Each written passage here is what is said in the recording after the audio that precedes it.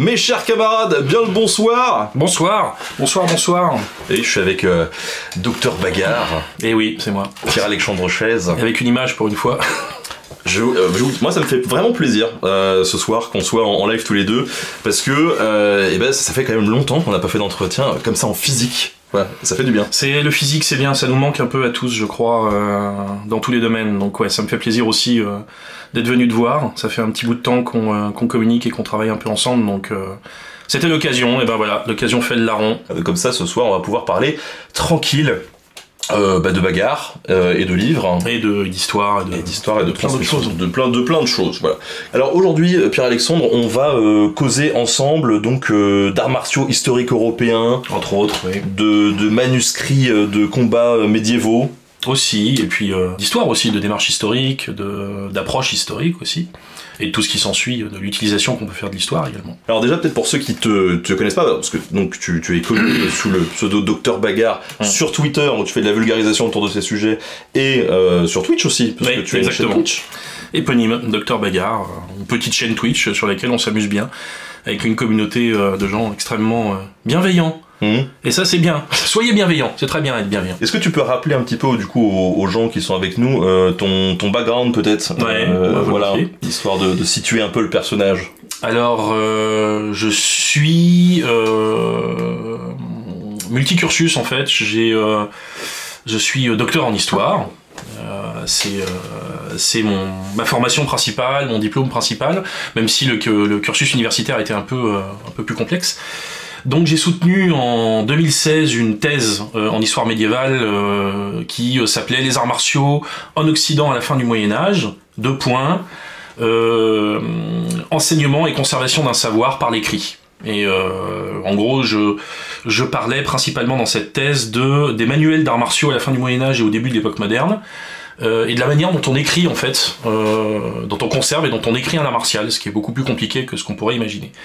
À côté, parce qu'il faut bien manger dans la vie, je suis aussi archiviste diplômé et je suis actuellement responsable des archives d'un gros institut de recherche national situé dans la région parisienne.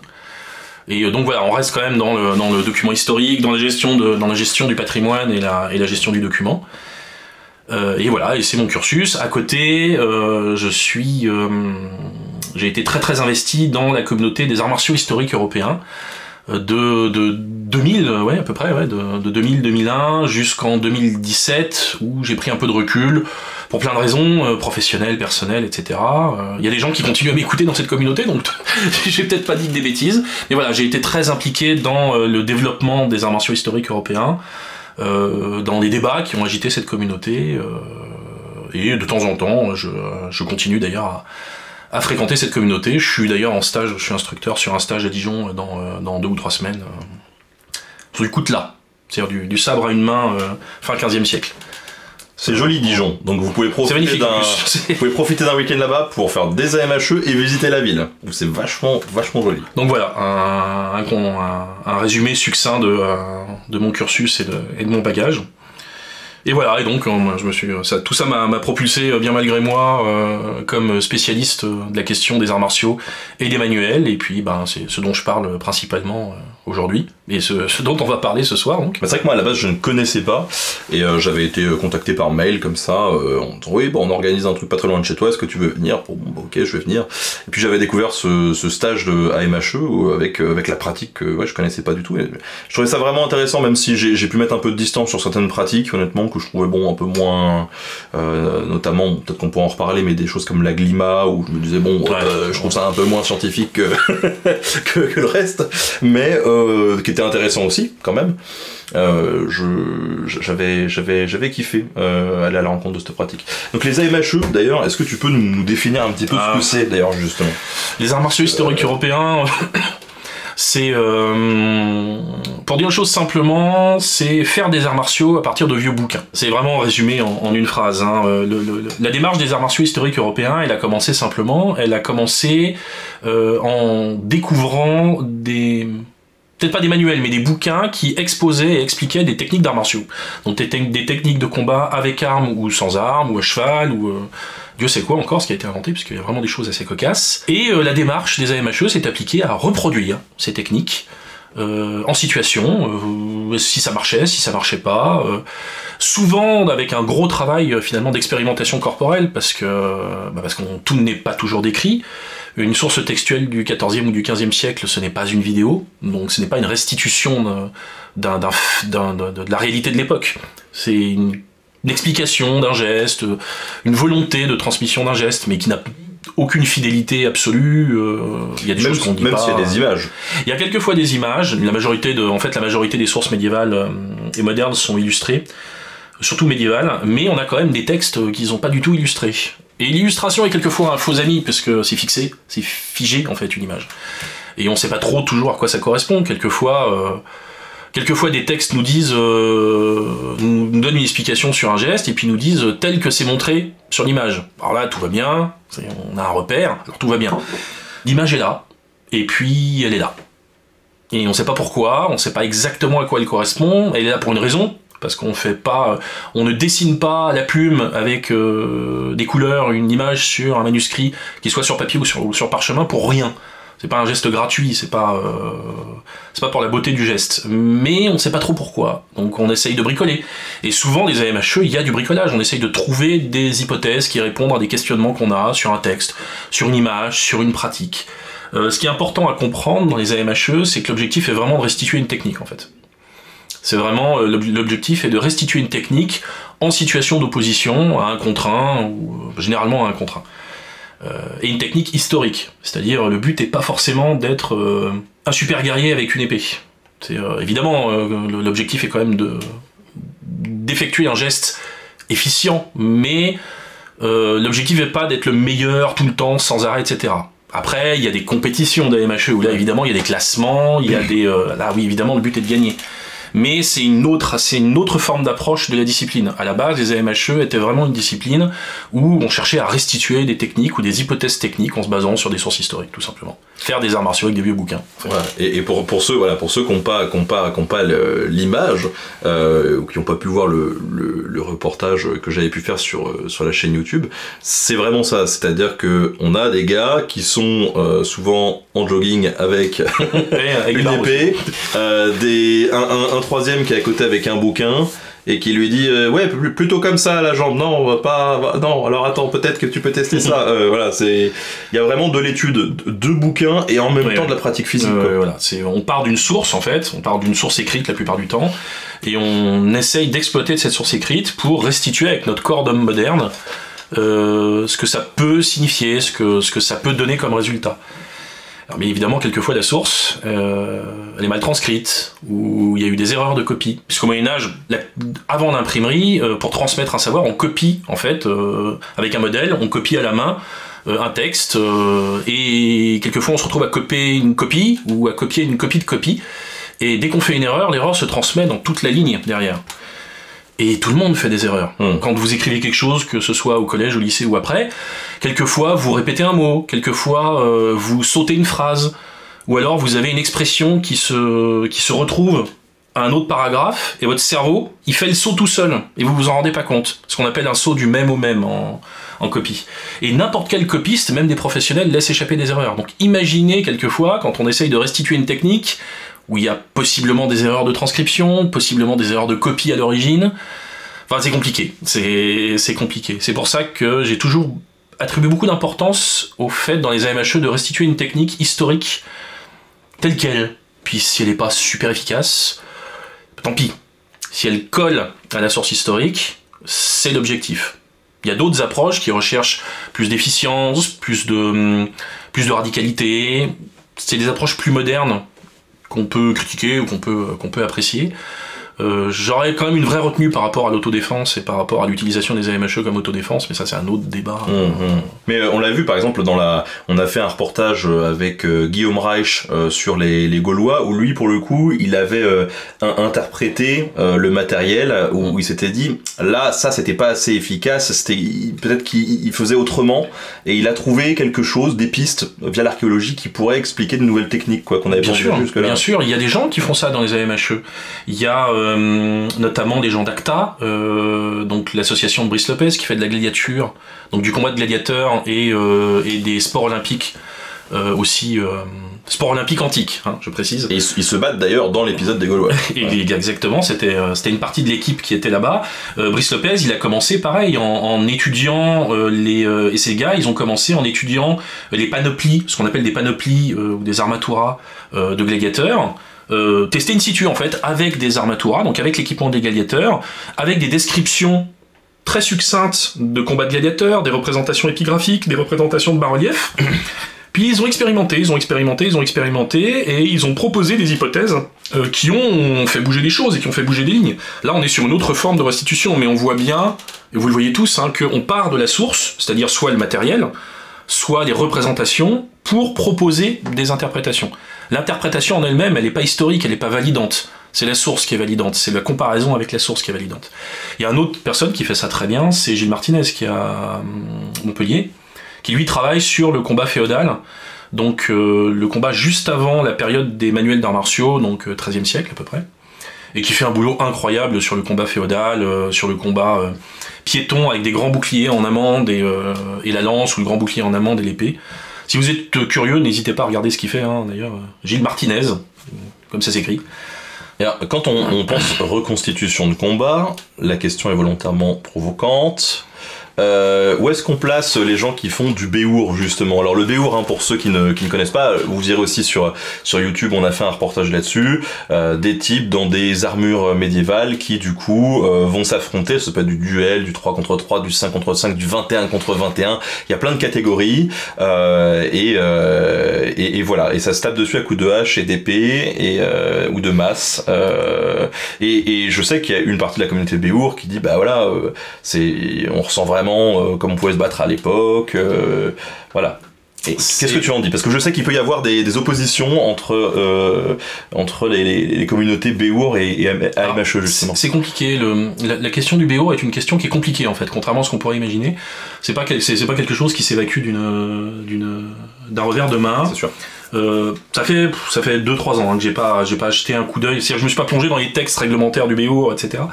De l'expérience que j'ai visuellement en termes de dialogue par rapport à des gens qui font du béour, on n'est pas dans une activité de reconstitution du combat médiéval, on est dans un sport contemporain de très haut niveau, dire les gens qui font du béour sont des athlètes, des vrais athlètes, entraînés, préparés, qui sont consentants aussi aux risques qu'ils prennent, c'est pas on entend souvent des gens qui connaissent pas l'activité qui disent les gens qui font du béour sont des gros débiles. C'est pas vrai. Les gens qui font du béour sont des techniciens du combat de masse, des techniciens d'un sport de combat plutôt violent, mais d'un sport de combat, c'est pas n'importe quoi. Maintenant, le rapport du béour à l'histoire est compliqué parce que il y a des impératifs de sécurité qui ne sont pas ceux d'un tournoi piéton du XIIIe siècle. Il y a des mélanges, il y a du syncrétisme d'armure parce que l'objectif est de se protéger, de bien se protéger. L'objectif est aussi de répondre à un corpus de règles qui est assez fixé au béour. On peut pas faire n'importe quoi, on peut pas soulever le camail de code de maille de quelqu'un pour les stocker ou pour lui faire peur. Donc il y a toute une dimension du combat qui échappe aux gens qui font du béour, qui nous échappe aussi dans les AMHE, attention. C'est une autre manière de s'amuser avec des armes médiévales. Je pense pas que la sensation du béour et la sensation de la brutalité soit un validant historique, de la même manière que quelqu'un qui fait de l'escrime avec un jogging et une épée en bois dans les AMHE, sa sensibilité corporelle ou sa sensibilité personnelle n'est pas un validant pour dire je fais quelque chose d'historique ou pas historique. Encore une fois, comme toujours quand on parle d'histoire, c'est la source qui est le validant, c'est-à-dire c'est l'analyse de la source, c'est la concordance avec un panel de sources qui va apporter une réponse à la question est-ce que c'est historique ou pas, est-ce que c'est fidèle à l'histoire ou pas. Maintenant, aujourd'hui j'aurais 25 ans et j'aurais la forme que je tenais à 25 ans, je ferais sûrement du béour, mais parce que ça a l'air d'être super fun, ça doit coûter cher aussi en équipement. Ah, ça doit coûter super cher. Il faut être bricoleur aussi parce que t'as régulièrement des pièces d'armure qui sautent ou. Après, juste pour finir sur la question du béour, moi et je pense que c'est important pour le chat et pour les gens qui nous écoutent aussi de le comprendre, l'opposition virile, genre nous on fait quelque chose de plus violent et plus brutal, donc c'est plus réel, c'est pas un argument en fait. Le béour a pas le béour n'est pas dans le vrai parce qu'ils sont plus brutaux, ou les AMHE ne sont pas dans le vrai parce qu'ils sont plus létaux entre guillemets. ça n'a pas de sens. Ça n'a pas de sens. Chacun trouve son plaisir où il a envie de le trouver, en fait. D'ailleurs, tout le monde, le BO, les AMHE respectent la loi, ils s'amusent, ils tuent personne, il n'y a pas vraiment d'accident, sauf quand il y a des accidents, donc ça, c'est pas contrôlable. Donc je pense que c'est important, ça, de bien faire, de bien rappeler que la brutalité d'une discipline, elle est ni invalidant, ni un excluant, en fait. Chaque discipline répond à des impératifs qu'elle s'est donnés, à des respects de règles qu'elle s'est donnés. Les AMHE, le côté historique et le rapport à la source est très important, même s'il a tendance quelquefois à l'être moins dans le cadre compétitif. Dans le BEOUR, il y a vraiment une volonté de gestion physique, de gestion de l'endurance, de combat brutal, mais une gestion de cette brutalité qui est assez bien faite finalement. Notamment aujourd'hui où ils ont quand même progressé, hein, depuis les années 2008-2010, ça a plus rien à voir quand même. Après, le BEOUR sauvage en Europe de l'Est, c'est différent. Alors j'ai vu des vidéos, c'est différent. Mais ce qui se fait en France, non, c'est... J'ai vu des vidéos dans les bois, je sais pas si t'as vu les mêmes, mais c'est assez impressionnant. Les gars sont clairement... voilà. Mais alors, moi il y a un truc aussi, c'est que c'est vrai que quand j'ai approché les AMHE au départ, j'ai eu la sensation, et c'est peut-être sûrement le cas, qu'elle est vraiment très polarisée autour d'une certaine période. Qui va être 15e, 16e siècle en gros, quoi. 15e siècle plutôt. Globalement, ouais, même s'il y a des variations suivant les... Mais il n'y a pas que ça. C'est-à-dire que à Dijon notamment, j'avais rencontré des pratiquants d'AMHE qui travaillaient autour de la baïonnette ou ce genre de choses. Alors, par consensus, parce que tout à l'heure on disait, donc j'ai fait partie des membres fondateurs de la Fédération française d'arts martiaux historiques européens. J'ai présidé la rédaction des documents qui cadraient en fait cette activité. Et au début, la question s'est posée. Quand est-ce que ça commence? Quand est-ce qu'on s'arrête? Est-ce que le combat à la Sagaie avec propulseur tel qu'on pouvait l'imaginer à la préhistoire, c'est des AMHE? Est-ce que le combat au couteau guerre froide, c'est des AMHE? Par convention, on a décidé de commencer au début de l'histoire, c'est-à-dire dès qu'on a des sources écrites, et on a décidé de la même manière, par convention, de s'arrêter au moment de la généralisation de la guerre mécanisée, et de la guerre moderne, c'est-à-dire 1914-1918. On a donc esquivé habilement des questions qui tournent autour de la Seconde Guerre mondiale et qu'on refusait catégoriquement de voir aborder parce que c'est générateur de merdier. Et puis c'est également des questions qui sont trop proches de nous. Je vais te faire un parallèle qui est tout bête. Notre camarade donc Thibaut de la chaîne Histoire Appliquée faisait des réacts il y a quelques temps sur une émission qui s'appelait Deadliest Warrior. Donc les duels entre les combattants de différentes périodes. Alors c'est clownesque au possible. Et puis bon, t'as des duels samouraï contre Dracula ou ce genre de choses, un peu spécial, mais t'as une distance historique, t'as une distance c'est pas toi. Et puis l'un des derniers épisodes qu'on a regardé avec Thibaut sur cette chaîne, c'était Mafiosi contre mafieux de New York contre membres des FARC ou un truc comme ça. Et bah là non. Non, parce que là, la brutalité, elle est là, en fait. C'est-à-dire, les FARC existent toujours, la mafia existe toujours, etc. Donc, aussi, dans les AMHE, on avait choisi de reculer jusqu'à un moment où, décemment, plus personne de vivant ne peut être touché par les sujets qu'on aborde, les disciplines qu'on aborde. Parce que quand on parle d'arts martiaux, on parle d'armes, on parle de coups, on parle potentiellement de morts, de blessés. Même dans nos sources, on parle de violence, en fait. Et je suis pas là pour dire que la violence c'est mal, la violence c'est bien, mais on parle de violence. Donc, se distancier par rapport à cette violence nous avait semblé être une bonne idée. Et quand on reste dans ces bornes, donc, début de l'histoire, 1914-1918, et le territoire européen, donc ça aussi ça mériterait d'être discuté, mais en gros tout ce qui correspond à l'Europe, donc à partir des pays scandinaves jusqu'à la Sicile, et puis de Brest jusqu'à l'Oural, on est à peu près dans cet espace géographique. Et chronologique, donc la bande que je t'ai expliquée. Et là, très large. Tout ce qu'on peut trouver comme source technique, ou comme équipement qui permettent de restituer une pratique martiale, peut être utilisé. Mais il faut qu'il y ait quelque chose. On peut pas prendre une épée ou prendre, je sais pas moi, une serpe à découper du blé dans un pays scandinave, bosser 3 ans avec et puis dire ah bah, j'ai reconstitué un art martial. Non, c'est pas comme ça que ça marche. Alors moi je vais foutre le bordel chez les Vikings, mais justement moi ce qui m'avait choqué sur l'aspect de la Glima par exemple, c'est qu'on m'avait expliqué qu'effectivement les AMHE fallait qu'il y ait des sources. Et quand j'ai commencé à me renseigner sur la Glima, donc c'est du combat viking, c'est de la lutte scandinave. La lutte scandinave. Je fais du coup c'est quoi les sources? On me dit c'est principalement des maîtres qui enseignent à des élèves depuis longtemps. Je me suis dit donc en fait chaque maître peut mettre le truc un peu à sa sauce et puis voilà. Et du coup j'étais un peu partagé par. C'est compliqué. L'exemple de la Glima en fait il est bon parce que ça m'amène à parler d'un autre truc. Généralement dans les AMH on considère qu'il faut qu'il y ait une rupture de transmission pour qu'on parle d'arts martiaux historiques. Ce qui nous permet déjà de sortir l'escrime classique de notre champ d'application, pour pas se fâcher et pour éviter les disputes, mais ce qui permet également, encore une fois, de nous rattacher à cette source historique. Le cas de la Glima, il est compliqué, parce qu'en fait, notre source, c'est quelqu'un qui dit avoir appris de gens qui connaissaient les arts martiaux ancestraux scandinaves, et je suis pas un spécialiste de la culture orale, donc je serais bien normal de dire quels sont les outils pour valider le fait qu'une histoire orale est réelle ou fantasmée. On sait que les traditions, c'est quelque chose qui se crée et qui s'invente très facilement, surtout les traditions orales.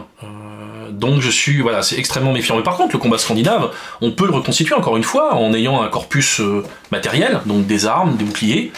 Un truc bête, hein, quand t'as un bouclier à manipule, c'est-à-dire un bouclier qui se prend avec une poignée, un manipule, eh ben fonctionne pas de la même manière qu'un bouclier à une arme qui est attaché à ton bras ou qui se tient d'une autre manière. Donc, avec un équipement donné, tu peux commencer à poser des hypothèses. Si tu as en plus des descriptions de combat, comme il y en a beaucoup dans les sagas scandinaves, tu peux commencer à proposer des choses. Alors, peut-être que t'auras pas un art martial complet, peut-être que t'auras pas quelque chose aussi structuré, ce qu'il peut y avoir au XVe siècle, ou dans les arts martiaux japonais, ou des arts martiaux chinois, mais tu peux proposer quelque chose. Un art martial, c'est pas nécessairement quelque chose de très compliqué, très touffu, avec des centaines de mouvements, ça peut être quelque chose d'extrêmement simple. D'ailleurs, il y a des arts martiaux japonais qui sont extrêmement simples. Hein. Il y a une école traditionnelle japonaise qui consiste à donner des shomen, donc des coups verticaux, sur des bambous empilés, on fait ça pendant 10 ans, et puis après on a des bras comme des cuisses, et de toute façon plus personne peut arrêter vos coups directs, donc voilà, un art martial ça peut être aussi ça. Ça peut paraître absurde, mais quelqu'un qui se prépare pendant 10 ans à donner des coups à la tête et qui a des vérins hydrauliques à la place des bras à la fin de sa vie, bah je vous souhaite bon courage pour essayer de l'affronter, parce que déjà il est un peu spécial, et puis il est entraîné en fait, il est préparé. Ouais, c'est sûr. Donc voilà, un art martial, c'est un art martial historique, un art martial traditionnel, on peut utiliser plein de termes, ça réclame quand même toujours et encore ce rapport à la source. Donc après, tout est document pour un historien. C'était Pierre Toubert qui disait dans les mélanges offerts à je sais plus qui, Jacques Le Goff, qui a écrit un article qui s'appelle Tout est document. Bah oui, tout est document en fait. Si dans 500 ans cette table ce sera un document, mon t-shirt ce sera un document, les post-it sont des documents. Un historien peut faire parler n'importe quoi en fait, avec une bonne méthode et en croisant les sources et en prenant du temps et en étant prudent dans ses hypothèses et en étant conscient de ses biais d'analyse aussi, il peut tout faire parler. Donc tout est document, mais il faut un document à la base. Oui, ce live Twitch sur un vieux serveur Amazon dans 500 ans, peut-être. En espérant qu'on ait toujours le moyen de les lire et qu'on ait les codecs. Et alors quand j'ai fait ce reportage il y a 5-6 ans maintenant, un des trucs qui m'avait frappé aussi, c'était qu'il y avait pas mal de gens qui rejoignent les AMHE parce que c'est des fans d'Heroic Fantasy ou de cinéma qui ont vu des films et qui se disent ah ouais ça serait quand même bien, et ça a ce côté un petit peu romantique de la reconstruction du combat. Et est-ce qu'il n'y a pas une déception quand ces gens-là s'intéressent à la MHE, où ils se heurtent finalement à une réalité ou à fantasmer C'est une bonne question. Là encore, je suis pas sociologue je connais quelqu'un, d'ailleurs je ferai peut-être un entretien avec elle sur ma chaîne Twitch cette année, hein. Révélation. Il y a une ethnologue qui bosse à la fac de Besançon, qui est une spécialiste de l'histoire vivante, qui avait analysé un petit peu ça. Et oui, les communautés geeks, les communautés culture pop sont un vrai public en fait. Elles sont un vrai public de l'histoire vivante en général. Et je saurais pas dire s'il y a une déception, mais oui, il y a mais dans tous les arts martiaux, hein, tu sais, dans tous les clubs d'arts martiaux en début d'année, il y a beaucoup de gens qui s'inscrivent et puis il y a beaucoup de gens qui partent. Pour une raison très simple, c'est qu'en fait, c'est pas évident. C'est pas facile. On transpire. Moi, j'ai vu Karate Kid, je suis allé faire du judo, j'ai eu mes 2 carrés jaunes là sur ma ceinture blanche, et puis voilà, hein, c'est bon. C'est pas facile en fait, c'est vraiment pas facile. Et comme pour tout, hein, si on s'attendait à un truc fun et qu'en fait on se rend compte que c'est un truc qui va nous demander plus d'efforts que ce qu'on était capable de faire, ou ce qu'on était prêt à faire, ce qui est pas une critique. Il y a tous dans la vie des trucs où on aime bien et puis on n'est pas prêt à faire des efforts. Donne un exemple bête, moi les jeux vidéo, j'y joue depuis que j'ai 7 ans, c'est un truc où j'ai jamais fait d'efforts. Hein. Les Dark Souls, les jeux très exigeants, ça m'emmerde, pour dire les choses très simplement. Et j'aime pas ça, donc je fais pas d'efforts. Donc j'y joue et puis quand ça me saoule, tant pis. Il y a des gens, les arts martiaux, c'est pareil, ils sont déçus. Après ils y reviennent, peut-être qu'ils tombent aussi quelquefois sur le mauvais club. Ça aussi c'est important. Si vous, par exemple, si un jour vous voulez faire des arts martiaux, un sport ou des AMHE, renseignez-vous sur le club avant, parce que l'atmosphère du club, les ambitions du club vont déterminer la manière dont ça va répondre à vos envies. Si vous tombez sur un club d'arts martiaux qui fait beaucoup de compètes et que vous n'êtes pas compétitif. C'est pas un mal d'être compétitif, c'est pas non plus un mal de ne pas être compétitif, mais si vous n'êtes pas compétitif et que vous tombez sur une bande de compétiteurs, ça va être un enfer. Parce que vous allez tomber face à des gens qui sont dans une logique de dépassement de soi et dans une logique de travail jusqu'à la douleur, qui s'infligent eux-mêmes, hein, ils l'affligent pas forcément aux autres, ils s'infligent eux-mêmes. Et du coup, vous n'allez pas tenir le coup si vous n'avez pas le mental pour. Et inversement, si vous êtes là pour faire de la compète et que vous êtes en face de gens qui sont à la cool, qui veulent lire des sources historiques et les appliquer tranquillou avec des épées en nylon et un petit masque, pareil, vous allez vous faire chier. Donc voilà, il faut toujours bien répondre, il faut toujours savoir où on va, de toute façon, hein, c'est un peu toujours pareil. Et pour répondre finalement à ta question, oui, il y a une véritable envie de la part des amateurs de pop culture, des amateurs d'heroic fantasy, d'expérimenter eux-mêmes ce dont ils ont rêvé en film, en jeu vidéo, en série, c'est bien normal. J'ai commencé un peu comme ça. Hein. Et dans les films, justement, tu trouves que parce que le combat médiéval en général, bon, c'est y a à boire et à manger. T'as vu des choses bien quand même il y a des choses quelquefois qui sont pas mal. Qui sont en cinéma ou en jeu vidéo d'ailleurs, parce que tu parles de jeux vidéo donc. Il y a des choses qui sont pas mal. Très souvent, c'est les choses les plus simples hein, qui sont plutôt efficaces. Alors, il y a toujours en cinéma l'excellent film The Duelist de Ridley Scott qui retranscrivait très bien l'horreur qu'est un duel à l'arme blanche. Il y a souvent un truc qui est bien fait dans les films en fait, et de manière paradoxale, c'est les combats au couteau. Parce qu'on trouve en fait des spécialistes de combat au couteau assez facilement. Et on se retrouve avec des gens qui font souvent du corps à corps au couteau, qui est techniquement juste, qui ne montre pas toutes les blessures horribles qui arrivent au combat au couteau, parce que c'est affreux le combat au couteau. Mais souvent, techniquement, c'est juste en fait. Par exemple, un exemple bête, le dernier Dune, le Dune de Denis Villeneuve, les combats au couteau sont très bien. Ils sont pas très bien filmés, mais ils sont très bien chorégraphiés. Notamment le dernier combat contre Jamil, il est vraiment très bien. Qu'est-ce que j'ai vu d'autre comme bon... Si, il y avait Arn, Chevalier du Temple. Je sais pas si tu l'avais vu ce film. Il y a un très bon film scandinave qui est un peu le Kingdom of Heaven de Scandinave, qui s'appelle Arn, Chevalier du Temple, qui est un énorme film qui s'étale sur 3 ou 4 heures, je crois, qui raconte l'histoire d'un jeune Scandinave qui va faire les croisades et puis qui revient ensuite en Scandinavie pour devenir roi. Et il y a des scènes de combat qui sont parmi les plus impressionnantes que j'ai vues filmées pour du combat époque croisade, notamment du combat équestre. Après, l'acteur principal a grandi dans un haras, et donc il est quasiment né à cheval, donc ça aide. Mais voilà, un truc bête, les scènes de combat équestre sont très impressionnantes. Puis dès que tu rajoutes des animaux, ça devient dur en plus. C'est horrible. C'est le combat. Alors, les arts martiaux à cheval, c'est vraiment compliqué. C'est vraiment très compliqué. Parce qu'il y a un tiers, hein, et puis un tiers qui comprend pas ce qu'on lui dit, et qui est souvent très énervé quand il y a du monde autour, donc c'est pas évident. Puis en jeu vidéo, qu'est-ce que je pourrais te prendre comme exemple Kingdom Come. Voilà, parlons de Kingdom Come. Parlons de Kingdom Come que t'avais beaucoup aimé quand t'avais fait ta rétrospective sur. Moi j'ai aimé l'univers et tout. On avait parlé sur Arte en plus. Ouais, et puis il y avait un affect parce qu'en plus moi j'ai été à Prague, j'ai rencontré les équipes, j'ai pu voir un petit peu les trucs, j'ai participé à des événements avec eux, donc il y avait cet affect là qui rentre aussi quoi en ligne de compte forcément. Kingdom Come, il y a plein de trucs à en dire. En fait, Kingdom Come, c'est un échec brillant parce que en termes de culture matérielle, il y a un travail qui est hallucinant sur Kingdom Come. Il la reconstitution architecturale est absolument brillante, les forêts sont magnifiques et ressemblent probablement à ce que devaient être les forêts médiévales, la campagne également, on voit bien que c'est un monde qui est vide entre des espaces de population clairsemés. La grande réussite du jeu, c'est son système d'armure et de vêtements, qui est vraiment très bien foutu. Les armures et les vêtements se superposent de manière très logique, il y a très peu de bugs de texture. Le système de combat fait que l'armure rajoute du prestige quand elle est propre, etc. C'est très bien fait. Après, il y a le système de combat, et là, c'est un autre problème. Ils ont raconté qu'ils avaient fait un système de combat historique en cherchant à reproduire des interprétations modernes de sources du XVe siècle, de fin du XVe siècle, en parlant du début du XVe siècle.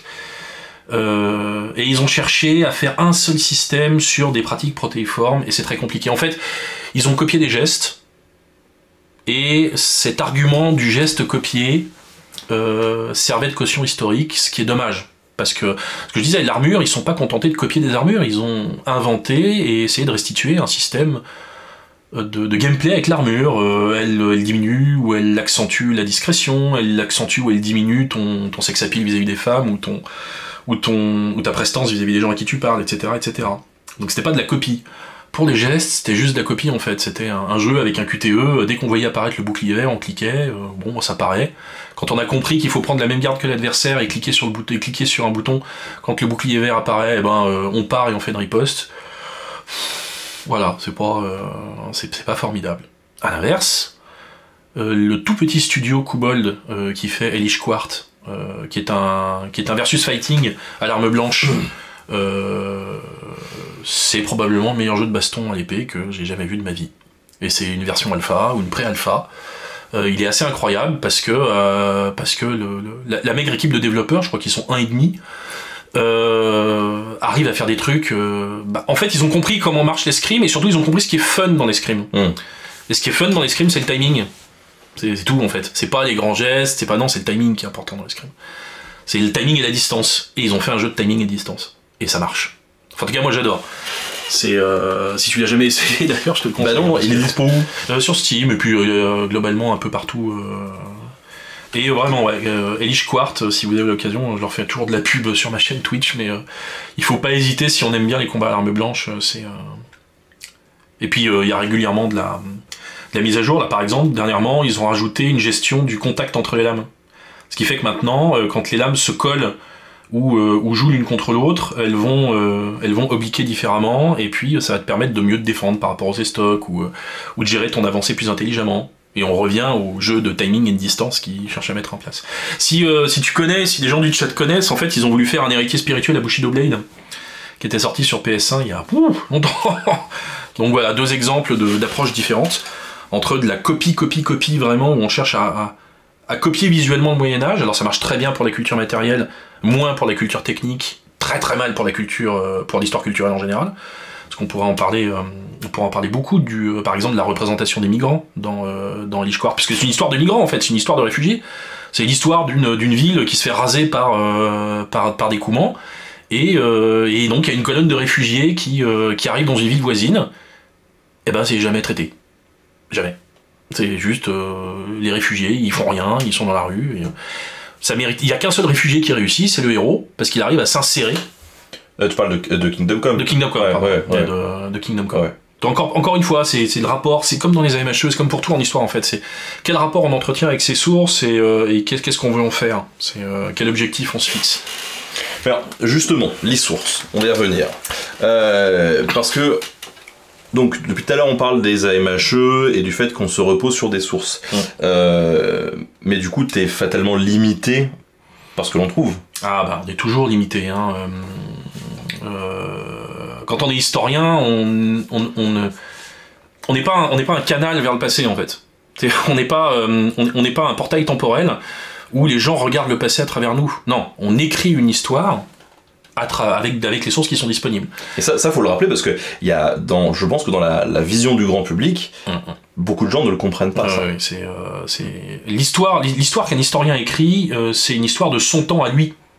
Moi, j'écris comme un homme né en 1980, et tous les mots de son phrase sont importants, comme un homme né en 1980. si j'étais une femme née en 75 ou une femme née en 95 ou un homme né en 95, j'écrirais pas de la même manière. J'aurais pas le même rapport à mon réel, donc j'aurais pas le même rapport aux sources, donc je me poserais pas les mêmes questions, parce que j'aurais pas le même vécu, etc. Donc j'aurais pas les mêmes biais, tout simplement. Sûr. Et donc forcément, l'histoire que je vais raconter sera pas la même. C'est parce que je me focaliserai sur telle chose ou telle chose ou telle chose. Mon histoire des arts martiaux, l'histoire des arts martiaux occidentaux que j'ai écrit dans mon travail de doctorat et que j'essaye de travailler depuis, c'est une histoire qui est basée sur les choses qui m'apparaissent importantes. Donc la pédagogie, la culture de l'écrit, la manière dont on écrit une technique. Des gens auraient pu choisir de l'analyser différemment. Et des gens le font. Mon collègue Pierre-Henri Bas, qui a fait une thèse sur les lettres de rémission, donc le corpus de documents judiciaires, quand quelqu'un demande pardon au roi, il écrit une lettre pour dire oui, j'ai tué ce marchand, mais d'une part il l'avait mérité, et puis d'autre part je vous aime beaucoup, donc pardonnez-moi. Bon, c'est souvent plus compliqué que ça, je résume. Et ben voilà, il a abordé les arts martiaux en comparant les livres techniques avec ces lettres de rémission, où souvent on décrit ce qui s'est passé, pour voir si les bouquins d'arts martiaux répondent à une réalité de l'époque. Voilà, c'est une autre forme d'approche. Une approche qui est plus juridique que la mienne, etc., etc. On pourrait écrire une histoire des arts martiaux en parlant de la souffrance. Moi, si j'avais continué en thèse, si j'avais continué après le doctorat, j'aurais beaucoup aimé faire faire mon HDR, donc mon habilitation à diriger des recherches. J'aurais beaucoup aimé la faire sur la Saint-Barthélemy comme en fait, les descriptions de la Saint-Barthélemy comme une représentation de cette violence armée, en fait. C'est-à-dire mettre de côté la Saint-Barthélemy comme phénomène de guerre de religion et regarder tout simplement comment elle témoigne des pratiques de la violence armée à l'époque. C'est-à-dire, concrètement, comment est-ce qu'on a massacré ces gens? Est-ce qu'il y a des habitudes de massacre? Est-ce qu'il y a des points communs? Est-ce qu'il y a eu des divergences? Est-ce que ces points communs étaient culturels ou pas? C'est-à-dire, est-ce qu'on a cherché à massacrer symboliquement, d'une certaine manière, avec tel type d'outils, les protestants, pour marquer? Est-ce que, par exemple, l'introduction des techniques de combat italiennes, fin du XVe, début du XVIe siècle, est-ce que ça a modifié cette violence, en fait? Ou pas? Est-ce qu'on a massacré avant la Saint-Barthélemy et après la Saint-Barthélemy? Est-ce que c'était les mêmes formes de meurtre, de violence armée, etc., etc.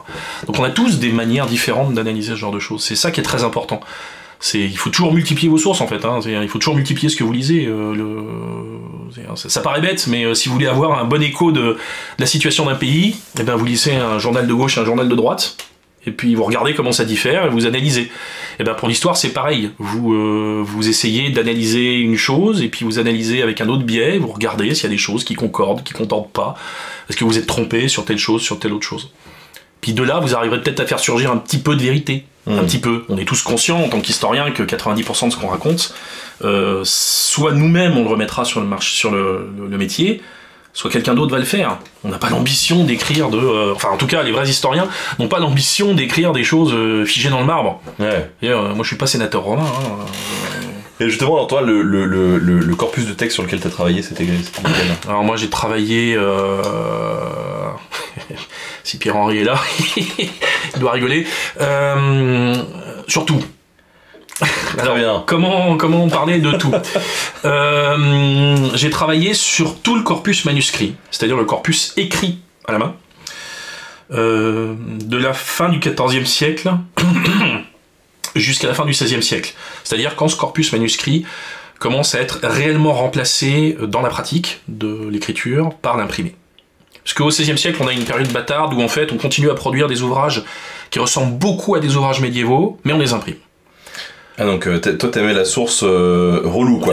Ouais, non, attends, ça c'est une fausse impression. Non mais il y a pas longtemps j'ai fait un truc à l'école des chartes, j'ai essayé de lire quelques trucs. Alors voilà, après c'est de l'entraînement, c'est un vrai métier. En fait, j'ai rien compris. Les médiévistes ont cette immense chance d'avoir des documents qui sont difficiles à lire, mais pas en avoir trop. Parce que le véritable cauchemar, c'est quand on a commencé à imprimer énormément et à produire beaucoup de documents administratifs. Et alors là, c'est l'enfer. Les modernistes, les historiens de l'époque moderne, je ne sais pas comment ils font pour s'y retrouver. Parce qu'entre les imprimés, parce que alors, quand on commence à pouvoir reproduire du bouquin à la chaîne, alors, ne vous inquiétez pas, hein, l'être humain, pour produire, il produit. Donc, on produit.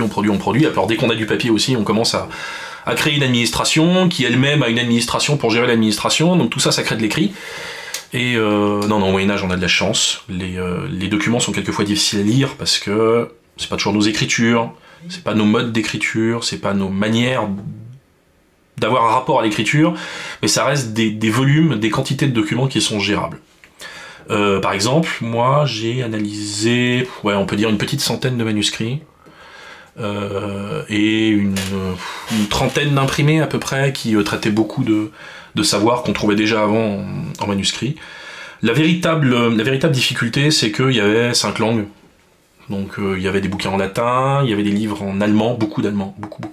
75% du corpus est rédigé en allemand en fait.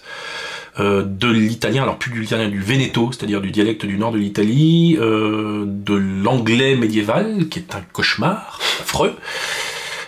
Et il y a un bouquin en moyen français qui est parfaitement lisible. Il y a des bouquins espagnols au XVIe siècle qui n'avaient pas forcément été découverts au moment où j'ai écrit ma thèse. Donc il y aura peut-être un petit chapitre à faire en plus.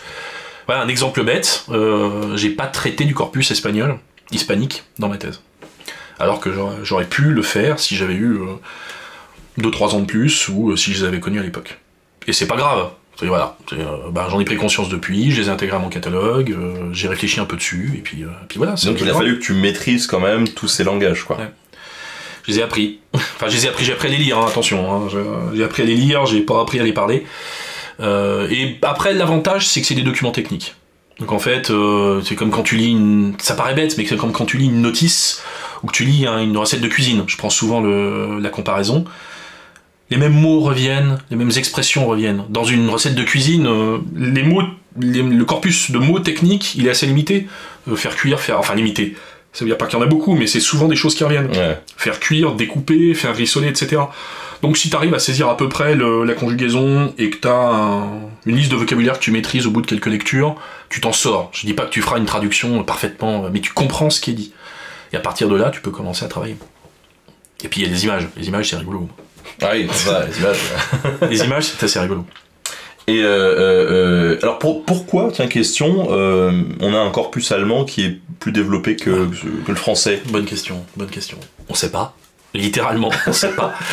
C'est une des vraies questions qui me hante, pas forcément me hante, mais qui m'obsède un peu. J'ai des hypothèses pour l'expliquer.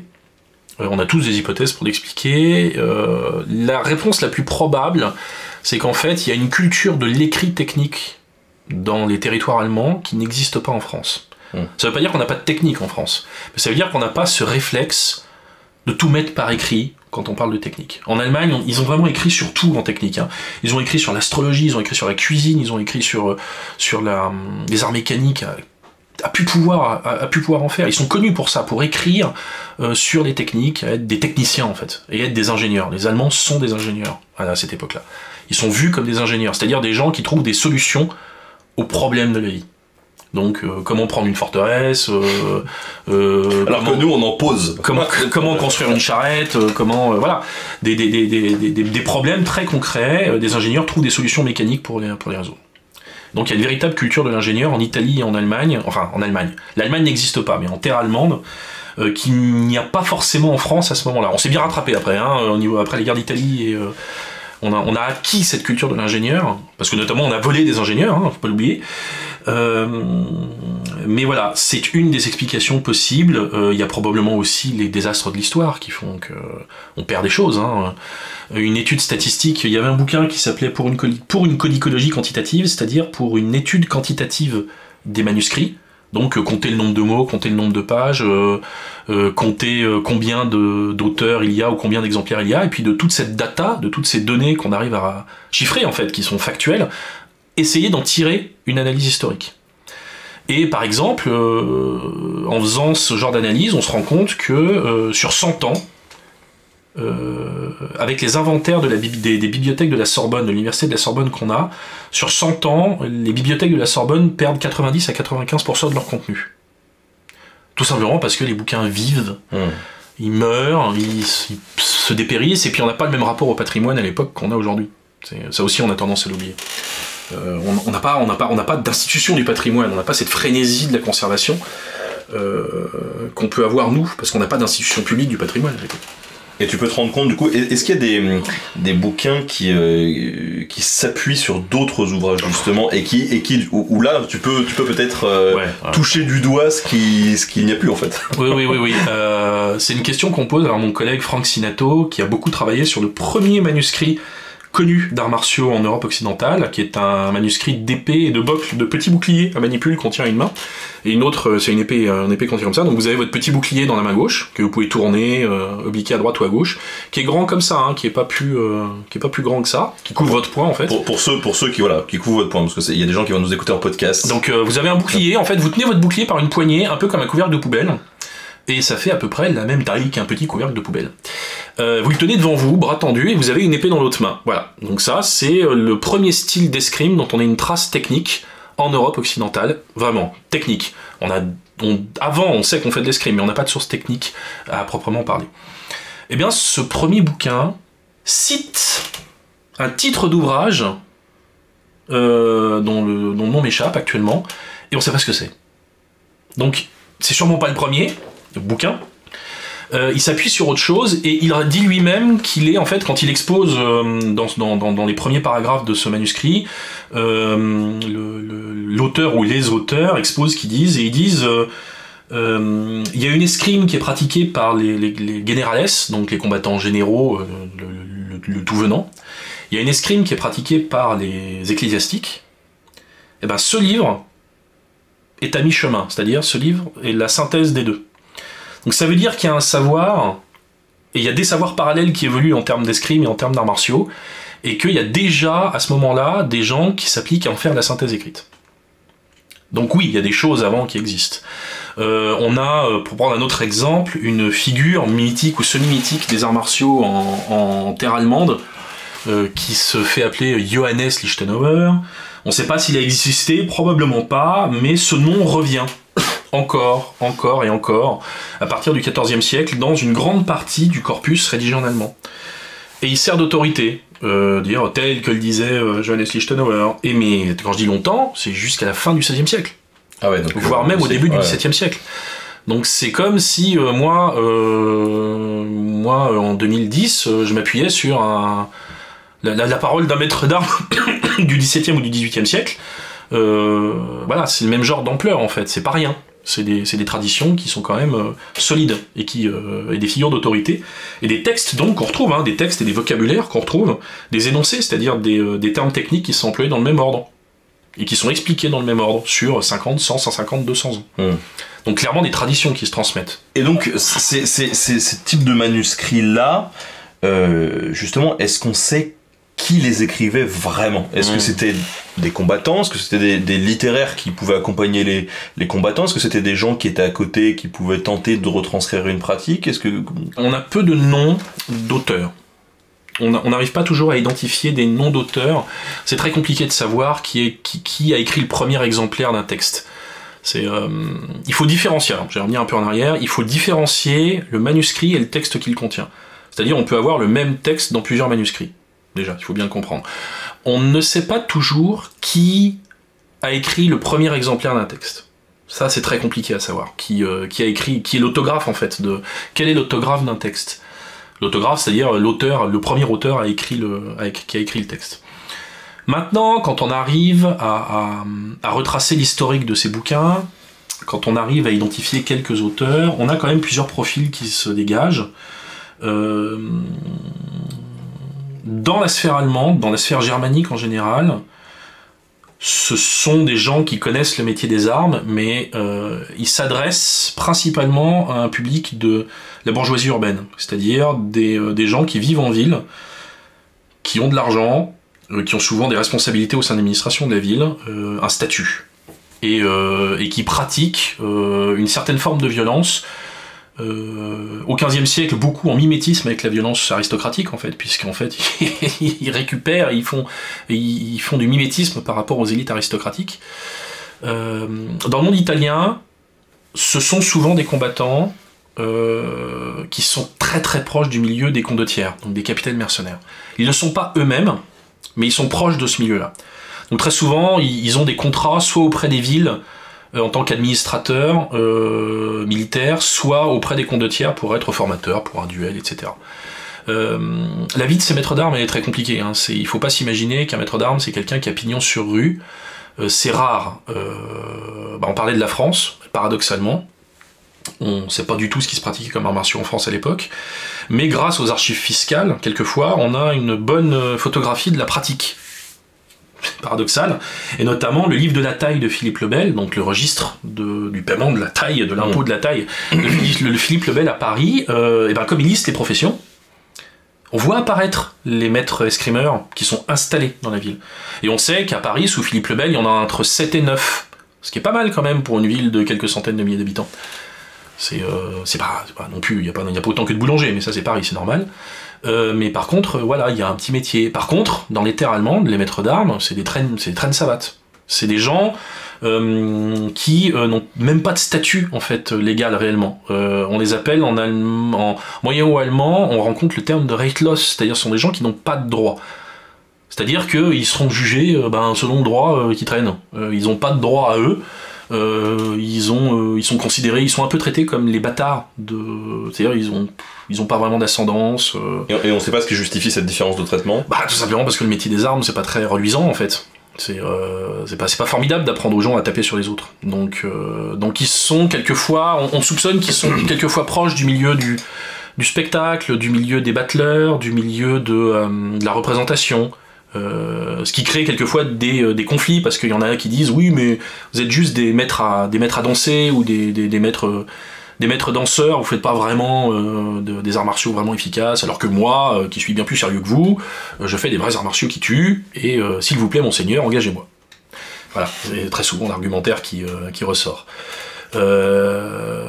Et donc, on a cette culture de la foire qui se joint à la culture des arts martiaux, ce qui fait qu'on a des espèces de démonstrations publiques d'arts martiaux, quelquefois en Allemagne, où les gens organisent des festivals, où il va y avoir des compétitions, où il faut payer pour assister aux compétitions, il faut payer pour s'inscrire aux compétitions, il y a un prix en argent à la fin, il y a beaucoup de pognon dans cette histoire de toute façon. Dans le milieu des arts martiaux, il y a toujours du pognon. C'est bien le pognon. C'est vrai, ça. Les statuts, ces gens quelquefois aussi arrivent à s'organiser en corporation. Là, ils arrivent à stabiliser un peu leur situation sociale. On a la chance d'avoir les statuts de la confrérie de Saint-Michel à Bruges, qui est probablement l'un des plus vieux clubs d'arts martiaux d'Europe, puisque c'est un club qui existe encore aujourd'hui en tant que club d'escrime à Bruges, et qui a été fondé au milieu du XVe siècle. Mais alors, du coup, ces maîtres d'armes-là,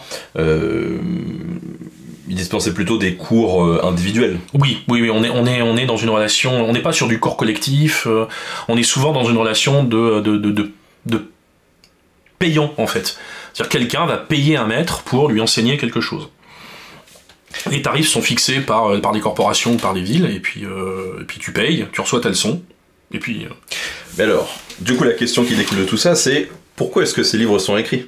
Oui. Parce que du coup, si moi je veux te vendre une formation, j'ai aucun intérêt à t'envoyer un PDF avec déjà tout le truc. Ouais, on est bien d'accord. Encore une fois, il faut faire une critique de l'intégralité. En fait, il faut contextualiser l'œuvre pour savoir un peu à quoi ça sert. Si je prends l'exemple du bouquin dont je te parlais, donc sur l'escrime, qui est le premier bouquin d'arts martiaux qu'on connaisse en Europe occidentale, donc qui traite à la fois d'une escrime ecclésiastique et d'une escrime générale, qui met en scène des ecclésiastiques, avec ce petit bouclier couvercle de poubelle, rappelez-vous, et puis l'épée dans une autre main. À quoi sert-il ? On ne sait pas trop. Il y a des hypothèses qui disent que c'est peut-être lié à l'autodéfense, mais que c'est peut-être lié à une forme d'enseignement ecclésiastique qui finalement s'applique à une activité gymnique ou une activité athlétique comme une autre. La forme, finalement, l'énoncé du bouquin laisse quand même cette hypothèse au-dessus des autres, parce que il reprend en fait une logique scolastique d'enseignement qui est la disputatio, c'est-à-dire un maître, deux personnes s'opposent par des arguments et des contre-arguments, là des coups, des attaques et des contre-attaques, avec une troisième partie qui va faire une synthèse de tout ça. Et donc on voit des comportements de la part de l'enseignant qui sont typiques de cette disputatio. Par exemple, l'omission volontaire. T'avais des débats universitaires à l'époque, donc argument contre argument, et puis le maître faisait quelquefois des omissions volontaires ou des erreurs volontaires pour forcer l'élève à argumenter d'une certaine manière pour le faire progresser en fait. Et la personne qui faisait la synthèse devait noter cette erreur, la réponse, etc. Et on voit ce type d'omission volontaire, on voit le vocabulaire même, puisque le manuel parle d'omissio, ce qui est caractéristique de ce genre de choses, pour parler d'une erreur volontaire que fait le maître. Typiquement, il laisse une ouverture. Voilà, volontairement. Donc on est en face. À quoi sert ce manuel ? Voilà, est-ce que c'est la transcription d'une pratique ? Est-ce que c'est un exercice intellectuel appliqué, un exercice intellectuel habituel dans le milieu universitaire ecclésiastique, appliqué à une activité athlétique ? Difficile de dire. Il y a d'autres bouquins, on sait très bien à quoi ils servent. Ce sont des mémentos, donc des ouvrages qui sont destinés à garder une trace des choses les plus marquantes. On pourrait presque parler de florilège en fait. Un livre qui est écrit à la fin du XIVe, début du XVe siècle, dont le titre latin est Flos duellatorum in armis, sine armis, equester et pedester. Donc Flos duellatorum, le florilège des duellistes, ou le florilège des duels, peu importe, suivant selon le texte italien ou le texte latin. On est clairement en face de quelque chose qui cherche à montrer, pas forcément les meilleurs coups, mais en tout cas les meilleures manières de faire pour garder les choses en mémoire. Ouais, ce qui vaut le coup. Il y en a certains, on sait pas. On sait pas trop pourquoi c'est là. Notamment, un manuscrit qui est conservé à Rome aujourd'hui, qui est écrit au milieu du XVe siècle. On sait pas qui l'a écrit. Son premier possesseur est le médecin personnel de l'empereur Maximilien, qui était un spécialiste des maladies vénériennes, soit dit en passant. Quand ce médecin meurt, sa bibliothèque est une des plus grosses bibliothèques humanistiques de la ville de, je sais plus où, d'Augsbourg, je crois, est léguée à un monastère dans le Tyrol. Le bouquin reste dans le monastère jusqu'au XVIIIe siècle. Au XVIIIe siècle, il est racheté par un prince avec tout un fonds documentaire, et ça constituera le noyau de ce qu'est aujourd'hui la bibliothèque de Nuremberg. Donc en fait, ce bouquin n'a jamais été utilisé, jamais. Qu'est-ce qu'il fait là ? Pourquoi ? Et paradoxalement, c'est un bouquin qui parle de manière complexe des problématiques des arts martiaux. Donc des problématiques de timing, des problématiques de contre-timing, qui essaye de nommer les choses. Donc c'est un bouquin qui est complexe, avec un propos complexe, qui se veut explicatif. Eh bien, on sait pas quoi il sait. En fait, on sait pas pourquoi il a été écrit vraiment, on sait pas quel était le public visé. C'est peut-être même un bouquin qui n'existe pour rien en fait, il existe tout simplement pour lui-même, il a été écrit pour être écrit. Et là, c'est pas simple pour l'historien de le caser, parce que nous on aime bien faire des petites cases, on aime bien classer les choses, on aime bien trouver des chronologies, et là, on sait pas. Donc c'est aussi une règle du métier d'historien, il faut admettre quelquefois qu'on sait pas en fait. On a quelque chose, et on sait pas à quoi il sert. Mais il est là, il témoigne de quelque chose, mais de quoi ? Eh ben, on essaye de trouver, donc on essaye de voir quand est-ce que le texte se répète dans une autre source, pour essayer de voir comment est-ce qu'il a été copié, par quel biais, comment est-ce que le texte a pu vivre, et on se retrouve à faire l'histoire du texte, donc essayer de comprendre quelle a été la portée de ce texte à travers le temps. Et là, on est probablement en face d'une escrime qui est plus savante qu'autre chose, donc peut-être transmise dans les milieux universitaires, peut-être entre étudiants. On sait qu'il y a une vraie violence entre les étudiants. Les étudiants sont des gens violents, ils sont jeunes déjà, et ils sont très compétitifs. Donc on sait qu'il y a énormément de violence entre étudiants. Une des possibilités de transmission de ces textes, c'est le milieu étudiant. C'est-à-dire des gens qui vont à la fac, qui apprennent à faire finalement des arts martiaux à la fac, littéralement, qui se tapent dessus entre nations, c'est-à-dire les étudiants de tel endroit et les étudiants de tel autre endroit au sein de la même université organisent des duels. C'est véridique, hein, à Paris... il y avait des duels entre la nation flamande et la nation je sais plus qui, il y avait des duels, du sang coulait. Les autorités étaient pas très contentes d'ailleurs, puisque le roi n'avait pas le droit de juger les clercs et les étudiants. Je sais pas si tu connais cette histoire. Pas du tout. En fait, les étudiants sont des clercs, donc ils relèvent du droit canon. Ah oui, d'accord. Et pas du droit, pas de la ville de Paris ou du royaume de France. Donc le roi a pas le droit de les juger. Et d'ailleurs, c'est je crois qu'il y a eu c'est l'une des premières grèves de l'histoire de l'enseignement, où en fait un étudiant ou des étudiants avaient été jugés par le roi ou condamnés par le pouvoir royal, et la Sorbonne s'est mise en grève. Mais vraiment, ils ont arrêté les cours et ils ont stoppé l'enseignement, fermé les bancs, et du coup, outil de prestige qui s'en va pour la royauté. Outil économique qui s'en va pour toute la vie de la restauration et la vie quotidienne parisienne. Une vraie grève en fait. Donc voilà, pour en revenir au sujet, il est possible que ces escrimes et que ces arts martiaux se transmettent dans le milieu étudiant, et puis une fois que les gens partent, soit ils retournent dans la ville où ils ont grandi et ils reprennent l'atelier de leur père, où ils deviennent artisans, où ils se font engager comme secrétaires, où ils deviennent notaires, etc., etc. Et puis ils ont ce petit savoir avec eux. Donc quelquefois ils le pratiquent avec d'autres bourgeois ou d'autres gens, ou quelquefois ils participent à des compétitions d'arts martiaux pour gagner un peu d'argent. Par exemple, à Strasbourg, au XVIe siècle, il y a un sabotier qui gagne toutes les compétitions de bâton. Tous les ans, il y a une compétition de bâton, il gagne la compétition de bâton, puis ensuite il retourne faire des sabots, puis l'année suivante, il reprend son bâton, il tape sur les gens, et voilà. Donc à travers toutes ces anecdotes et ce ton un peu rigolard, ce que j'essaie de faire comprendre, c'est que c'est un milieu qui est difficile à saisir, le milieu des arts martiaux en fait. Qui est difficile à saisir, qui est probablement à la fois moins violent que ce qu'on imagine, nous. C'est-à-dire c'est pas un milieu de radicalité extrême avec des morts tous les jours. Et c'est un monde un peu qui est à la fois intégré dans la société, mais qui est un petit monde à part entière. C'est une espèce de petit épiphénomène qui survit dans la société médiévale. Le volume de sources en témoigne bien d'ailleurs. 100 manuscrits, c'est pas énorme. Par exemple, pour la même période, on a à peu près 300 manuscrits de cuisine. Donc voilà, on est vraiment sur un épiphénomène. Et j'utilise souvent le terme pour comparer, mais pour prendre un autre domaine, qui est la médecine, qui est pourtant un domaine pointu. Rien qu'en Angleterre, on a plus de 2500 manuscrits. Donc on est vraiment sur un tout petit corpus, un tout petit monde, le monde des arts martiaux. Il faut pas s'imaginer qu'il y a des gens qui font des arts martiaux à tous les coins de rue au Moyen-Âge, où tous les gens savent manier une épée, ou que tous les gens savent faire de la lutte, c'est pas vrai. Ouais, puis le rapport à la violence, il est quand même différent, parce que, enfin, on se doute quand même que c'est pas si violent que ça, dans le sens où la médecine n'étant pas aussi évoluée qu'aujourd'hui, si tu te pètes un bras, ça n'a pas les mêmes conséquences c'est sûr. À l'époque. Alors le Moyen-Âge et l'époque moderne ont leur violence. Ils ont leur violence à eux, bien sûr, mais qui n'est pas la nôtre. Il y a notamment ça change au XIVe et au XVe siècle, mais longtemps, l'ordre a été bâti sur le monopole de la violence par l'ordre féodal, en fait. L'ordre féodal fonctionne sur un monopole de la violence, qui est le monopole de la seigneurie et le monopole de l'aristocratie de la violence, qui ont le droit d'user de la violence pour maintenir cet ordre. Donc il y a un monde violent. Il y a une violence étudiante. Il y a une violence vis-à-vis des femmes aussi, il y a une violence jeune, il y a une violence juvénile aussi qui est vraiment présente, une violence armée, mais également une violence sexuelle, une violence verbale. Maintenant, est-ce que la pratique des armes donne toujours lieu à un exercice radical de la violence? Ça par contre c'est pas vrai. Ça par contre c'est probablement pas le cas, parce que justement la pratique des armes et les arts martiaux sont un moyen de canaliser la violence. C'est pas des sauvages en fait. C'est quand vous allez affronter sur une compétition d'escrime au sein d'une même ville votre voisin sabotier, déjà il fait partie de la même corporation, donc c'est probablement un copain avec qui vous buvez à la taverne régulièrement.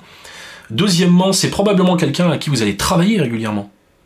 Vous avez les mêmes fournisseurs, vous payez les mêmes impôts. Si jamais vous faites partie d'une corporation au sein d'une ville franche, quelquefois vous allez être dans le même bataillon s'il y a un conflit avec quelqu'un. Donc c'est pas des gens que vous pouvez vous permettre de blesser, que vous pouvez vous permettre de tuer gratuitement. De toute façon, on ne tue pas gratuitement. Le meurtre, c'est pas la fête. On peut pas trucider les gens comme ça à la chaîne. Donc c'est complexe en fait. La question est vraiment complexe et il n'y a pas de réponse absolue comme pour tout. Tu sais comme moi. Non, je rigole parce que je vois une question là de. Prends-la, vas-y. Grégui 27, question: peut-on faire un lien entre le petit nombre de manuscrits avec les théories de la civilisation des mœurs et la progression de la noblesse guerrière vers une noblesse courtisane moins violente, etc. Oui, totalement. C'est le processus de civilisation des mœurs évolue très clairement de manière intrinsèquement liée avec cette écriture des manuscrits et cet établissement de pratiques martiales au sein de groupes sociaux soudés, avec des règles, des conventions communes, où on se tue pas forcément, où on s'entretue pas forcément, où les armes sont sécurisées parfois. On voit des armes de pratique apparaître, qui sont des armes souples, avec des bourrons, qui sont pas aiguisés, tout simplement parce que, comme ça, on a moins de chances de tuer quelqu'un. Alors les accidents arrivent, évidemment. C'est encore aujourd'hui, hein. C'est quelqu'un, il y a pas longtemps, alors anecdote totalement hors sujet, mais hors chronologie, en escrime sportive, il y a quelques années, un peu plus d'une décennie, on avait voulu remplacer les masques grillagés par des masques transparents. Et la Fédération internationale avait imposé ça. 2 morts plus tard, on est revenu à des masques grillagés. Parce que l'important, c'est la sécurité. C'est la convention qui fait qu'on peut s'opposer avec des armes sans s'entretuer et sans se blesser, sans courir de vrais risques. Et ben à l'époque c'était pareil, on sait le maximum pour pratiquer de manière civilisée en fait. Donc le mot civilisation des mœurs est très important là-dedans. On cherche vraiment à polir et civiliser la violence en faisant autre chose. Et là, c'est des arts martiaux, des sports de combat, etc. Un peu la même chose. Alors, je crois que c'est avec toi qu'on pour revenir un petit peu sur à qui s'adressent ces manuels ou ces écrits, on parlait, il me semble, du duel judiciaire et potentiellement de certaines personnes qui laissaient certaines traces écrites de leur savoir, mais des traces très parcellaires pour servir de flyers de l'époque, on va dire. Ouais, il y a des gradations en fait dans les transmissions. Tout à l'heure, je te parlais de cette énorme chance qu'on a d'avoir des statuts de la confrérie des Saint-Michel à Bruges. Et alors, ces statuts ne font qu'un truc, c'est parler de pognon. Tout le temps. De ce qu'on va devoir payer quand on adhère à la corporation, de ce qu'on va devoir payer tous les ans, de ce qu'on doit payer quand on se réunit, des amendes quand il se passe telle chose et telle chose. Ce qui est important, c'est qu'à un moment, dans cette énumération interminable de frais et de ce que les gens doivent payer, on voit apparaître des disciplines martiales que les membres de la corporation sont obligés de facturer double, ou triple, ou quadruple quand on demande de les enseigner. C'est le cas notamment du combat équestre, du combat en armure, ou du combat avec des armes d'ast. Ça c'est plus cher, parce que c'est plus dangereux, parce que c'est plus confidentiel, parce que ça a une portée en dehors du monde des arts martiaux, hein, c'est tout simplement. Si vous savez vous battre à cheval en armure, vous allez devenir un gros problème pour la personne que vous allez attaquer. Parce qu'une armure ne se passe pas comme ça, et si en plus vous êtes sur un canasson, ça va très très mal se passer pour la personne en face.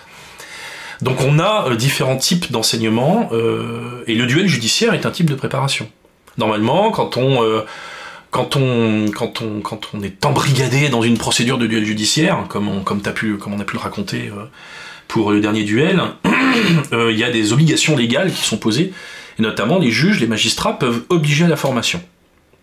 Donc ils peuvent décider d'un délai pour offrir une possibilité de formation à l'un des duellistes. T'as un mois pour te former, et après tu vas au casse-pipe, quoi. C'est exactement ça. Et on sait que certains auteurs de livres d'armes font profession en partie de ça. Donc on a notamment dans une de nos sources rédigées en 1475, si mes souvenirs sont bons, ou à peu près autour de ces eaux-là, où la personne explique que si jamais on doit se préparer à un duel judiciaire, on a un planning. Et ce planning, il dit en gros à quelle heure on va se lever, ce qu'on va faire le matin, ce qu'on va manger à midi, ce qu'on va un peu s'exercer, se reposer l'après-midi, etc. Et puis on va faire ça pendant un temps déterminé. Ce qui est important parce qu'un duel n'est valide que s'il y a une égalité. Donc évidemment, si vous avez Tony Jaa d'un côté et puis que vous avez, je sais pas moi dans 40 ans de l'autre côté, ça va très très mal se passer, pour moi. Parce que vous avez un athlète d'un côté et quelqu'un qui peut pas se battre de l'autre. Donc c'est pour ça qu'il y a ces fameux duels judiciaires qui ont peut-être eu lieu entre des hommes et des femmes, où l'homme est enterré dans un trou et la femme peut se déplacer autour du trou. Et que les règles de soumission sont dissymétriques. Pour que la femme gagne, il faut qu'elle fasse sortir l'homme du trou, et pour que l'homme gagne, il faut qu'il fasse basculer la femme dans le trou où il est installé. Tout simplement parce qu'on considère que la femme et l'homme n'étant pas égaux au niveau des capacités physiques, mais que le duel doit quand même avoir lieu entre des gens égaux, on crée une situation dissymétrique pour recréer une égalité de fait. Qui est toujours un peu bancale, quoi. Qui est bancale parce que c'est toujours bancal. La question de l'égalité est toujours bancale. Toujours. Toujours. Le duel parfait entre deux personnes de même force, même âge, même réflexe, etc. C'est évidemment que c'est illusoire, mais encore aujourd'hui ça survit. Hein. C'est quelque chose qui m'avait fasciné quand j'ai travaillé sur ce sujet, c'est que une partie des règles qu'on voit apparaître, une partie des comportements, une partie de la civilisation des comportements qu'on voit apparaître à cette époque, sont des choses qui aujourd'hui nous semblent naturelles, comme par exemple le fait qu'en escrime, on en parlait, les fleurets, les épées ou les sabres sont normés en termes de taille. C'est-à-dire, tu peux pas venir avec une épée qui fait 2 mètres, et l'adversaire qui vient avec un fleuret qui fait 80 cm. C'est pas possible.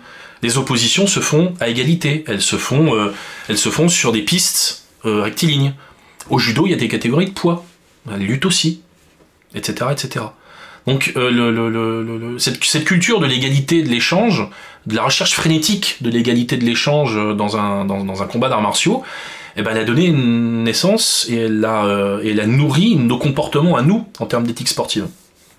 Ça nous paraîtrait absurde. Le simple fait qu'on court aujourd'hui, quand on fait un 100 mètres, et que les pistes soient calculées pour que, suivant la courbure, on fasse il fasse exactement la même distance, et que ce soit soit vraiment réglé, en fait, c'est mesuré et c'est important, ça va pas de soi. On pourrait les faire courir sur une même piste, mais non, on s'est appliqué à faire courir en rond, mais que ce soit la même distance, parce que l'égalité est importante. Parce que l'équité de traitement pour avoir un résultat incontestable, elle est importante. En tout cas, peut-être qu'on peut revenir sur les différentes armes utilisées dans les manuels. Parce que tout à l'heure, au tout début de cet entretien, on parlait de la glima, qui est de la lutte à main nue. Ouais. Mais on parlait aussi on a parlé d'armes d'as, on a parlé d'épées, de couteaux.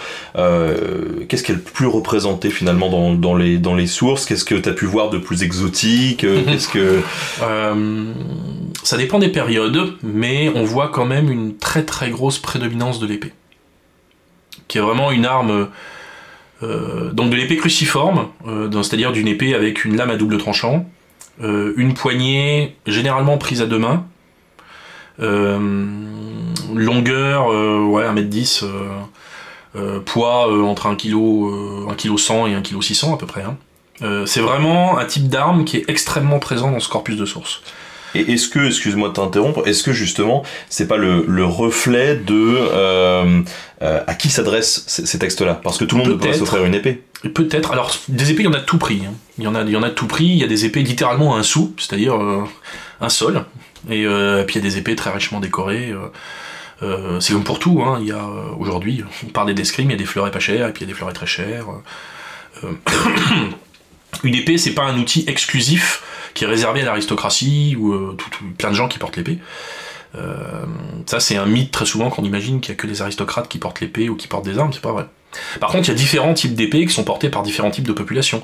Par exemple, les épées à un tranchant, qu'on appelle vulgairement des coutelas, en Allemagne des Messer, etc. C'est très souvent une épée rurale. C'est-à-dire une épée qui est portée dans la ruralité parce qu'elle peut servir d'outil aussi. C'est à l'inverse d'une épée urbaine qui est plus souvent, au XVe et au XVIe siècle, une épée à double tranchant, avec une arête centrale pour la rigidifier, etc., etc. Mais l'épée, notamment l'épée prise à deux mains, est vraiment une constante dans tout ce corpus et dans la pratique des arts martiaux. La lutte aussi, c'est-à-dire l'usage du corps sans armes. Ça aussi, c'est très très très présent. On peut parler du bâton également. Alors je parle bien du bâton, pas de la branche d'arbre. Parce que tu me demandais ce qui est quelquefois exotique. Il y a du combat à la branche d'arbre. On a des sources là-dessus ? Ah oui, j'ai une source au XVIe siècle qui parle en fait, il y a un chapitre entier dans une gigantesque compilation d'un auteur de la ville d'Augsbourg, enfin d'un patricien de la ville d'Augsbourg, qui s'est fait pendre d'ailleurs pour détournement de fonds à l'époque. Il a financé sur ses deniers propres la production d'une énorme compilation d'arts martiaux en 2 volumes. Le truc a coûté un prix absolument fou, plusieurs centaines de florins. Et donc là on est typiquement en face d'un ouvrage qui cherche à garder en mémoire tout un panel de disciplines. Et dedans il y a un chapitre qui est dédié aux armes agricoles, aux armes frustres. Et il y a la branche d'arbre dedans. Alors je parle bien d'une branche d'arbre, c'est-à-dire une espèce de gros gourdin manié à 2 mains, et c'est formidable. On ne sait même pas, alors tu me demandais tout à l'heure si, par exemple, quelle est l'application de ce genre de choses, on ne sait même pas si ce genre de truc est une réalité, ou si c'est un fantasme de bourgeois qui dit « c'est comme ça que se battent les paysans ». Ils prennent un gros bout de bois sur le bord du chemin et ils font des trucs. C'est comme un vieux sketch dans cette situation. et le même chapitre d'ailleurs parle de combat à la faux. Alors il faut pour faucher le blé. De combat à la serpe, la petite serpe agricole. Ou de combat au fléau à grain. Grand fléau à 2 mains pour battre le grain en fait. Donc vraiment des armes agricoles. On sait absolument pas si ça a été pratiqué. Moi j'ai toujours été persuadé que c'était la vision d'un bourgeois qui vit en ville, des paysans. Et voilà ce que font des paysans avec leurs outils, et peut-être même que les mecs se déguisent quand en ville, quand c'est le carnaval, pour faire comme les paysans. Ce serait pas impossible. Mais on a ce genre de choses. On a, fin du XVIe siècle, un maître d'armes qui travaille pour le prince de Saxe. Pas n'importe qui. Et il lui écrit un bouquin, enfin il lui dédie un livre qui commence très bien, c'est-à-dire un livre sur comment tenir l'épée, les gardes, etc. Et plus le livre progresse, plus on arrive sur des conseils étrangement situationnels. Notamment, il y a un moment où il y a une planche, où on voit un truc, une illustration sur la droite, incompréhensible, où on voit quelqu'un qui lance un truc, et puis il y a une foule en face de lui... Et quand on lit le texte, on comprend. Et en gros, le texte, il dit si votre grâce s'en va dîner en ville un soir, qu'elle revient chez elle, mais qu'entre-temps, pendant qu'elle mangeait, un étudiant a violenté un membre de la garde urbaine. Tu dis d'accord, c'est quand même particulièrement précis comme description, quoi. Et ça continue. Il se peut que la garde urbaine tombe sur votre seigneurie et cherche à la faire payer pour tous les autres. D'accord. Qu'est-ce qu'on fait, du coup? Et donc, pour pallier à ceci, prenez un petit sac rempli de petits cailloux très durs. Quand vous voyez arriver la garde, lancez les cailloux. Si jamais il se rapproche trop, lancez votre épée sur celui qui ressemble au chef et partez. Et je me dis, mais qu'est-ce que... Alors ça semble vécu, visiblement, mais voilà, c'est un exemple abracadabrantesque. Qui est très réel, hein. Finalement c'est un conseil de Hobbit, mais c'est vrai que quand t'as rien sous la main, te balader avec un sac rempli de billes ou de petits cailloux, et puis si jamais quelqu'un t'approche, paf, tu lui balances dans la gueule en tirant de l'autre côté, c'est très loin d'être absurde. Mais c'est quand même particulier, surtout dans un bouquin qui commençait très bien, très propre, avec de belles illustrations, et puis là, ça part en sucette. Est-ce qu'on a des... je vois dans le chat... C'est du Terry Pratchett, ouais, totalement. On a des suggestions, justement, sur la bouffe. On a eu des... Alors, dans l'exemple que je te citais juste avant, sur les conseils pour le duel judiciaire, c'est l'un des rares exemples où, en effet, on a un exemple de régime. Où, en gros, il faut manger léger, du bouillon, du pain noir, donc du Schwarzbrot allemand, et pas grand chose d'autre en fait, quand on se prépare à un duel. C'est l'un des rares exemples qu'on ait de régime alimentaire lié à ça. À ma connaissance, on n'en a pas plus. Il faudrait essayer peut-être de croiser les livres de médecine avec les livres d'arts martiaux pour essayer de voir s'il y a des concordances de termes ou des concordances de vocabulaire. À ma connaissance, il y a très peu d'exemples, mais il y a celui-là par exemple. Donc bouillon léger, beaucoup d'eau, et du pain noir, donc du pain avec beaucoup de céréales. Et un programme fitness qui accompagne ça ou pas du tout? Il n'y a pas vraiment de... Alors, mon camarade dont je te parlais tout à l'heure, Pierre-Henri Bas, a un peu travaillé là-dessus. Il y a une culture de la gymnastique qui réapparaît en fait au XVe siècle, notamment avec la redécouverte de tous les textes antiques sur la gymnastique, avec des commentaires de textes antiques sur la gymnastique, et on voit réapparaître une espèce de culture athlétique qui n'avait pas forcément disparu, mais qui s'était quand même beaucoup résorbée. Mais il y a des exercices de force, par exemple. Soulever, lancer des cailloux, un peu comme ce qu'on peut faire aujourd'hui en salle avec des medicine balls, par exemple, ou des... je sais plus comment ça s'appelle, ces espèces de gros ballons très lourds. Ça se fait. Travailler au cheval d'arçon, ça se fait, pour faire de la voltige notamment. La course se fait, également. Courir, ça se fait.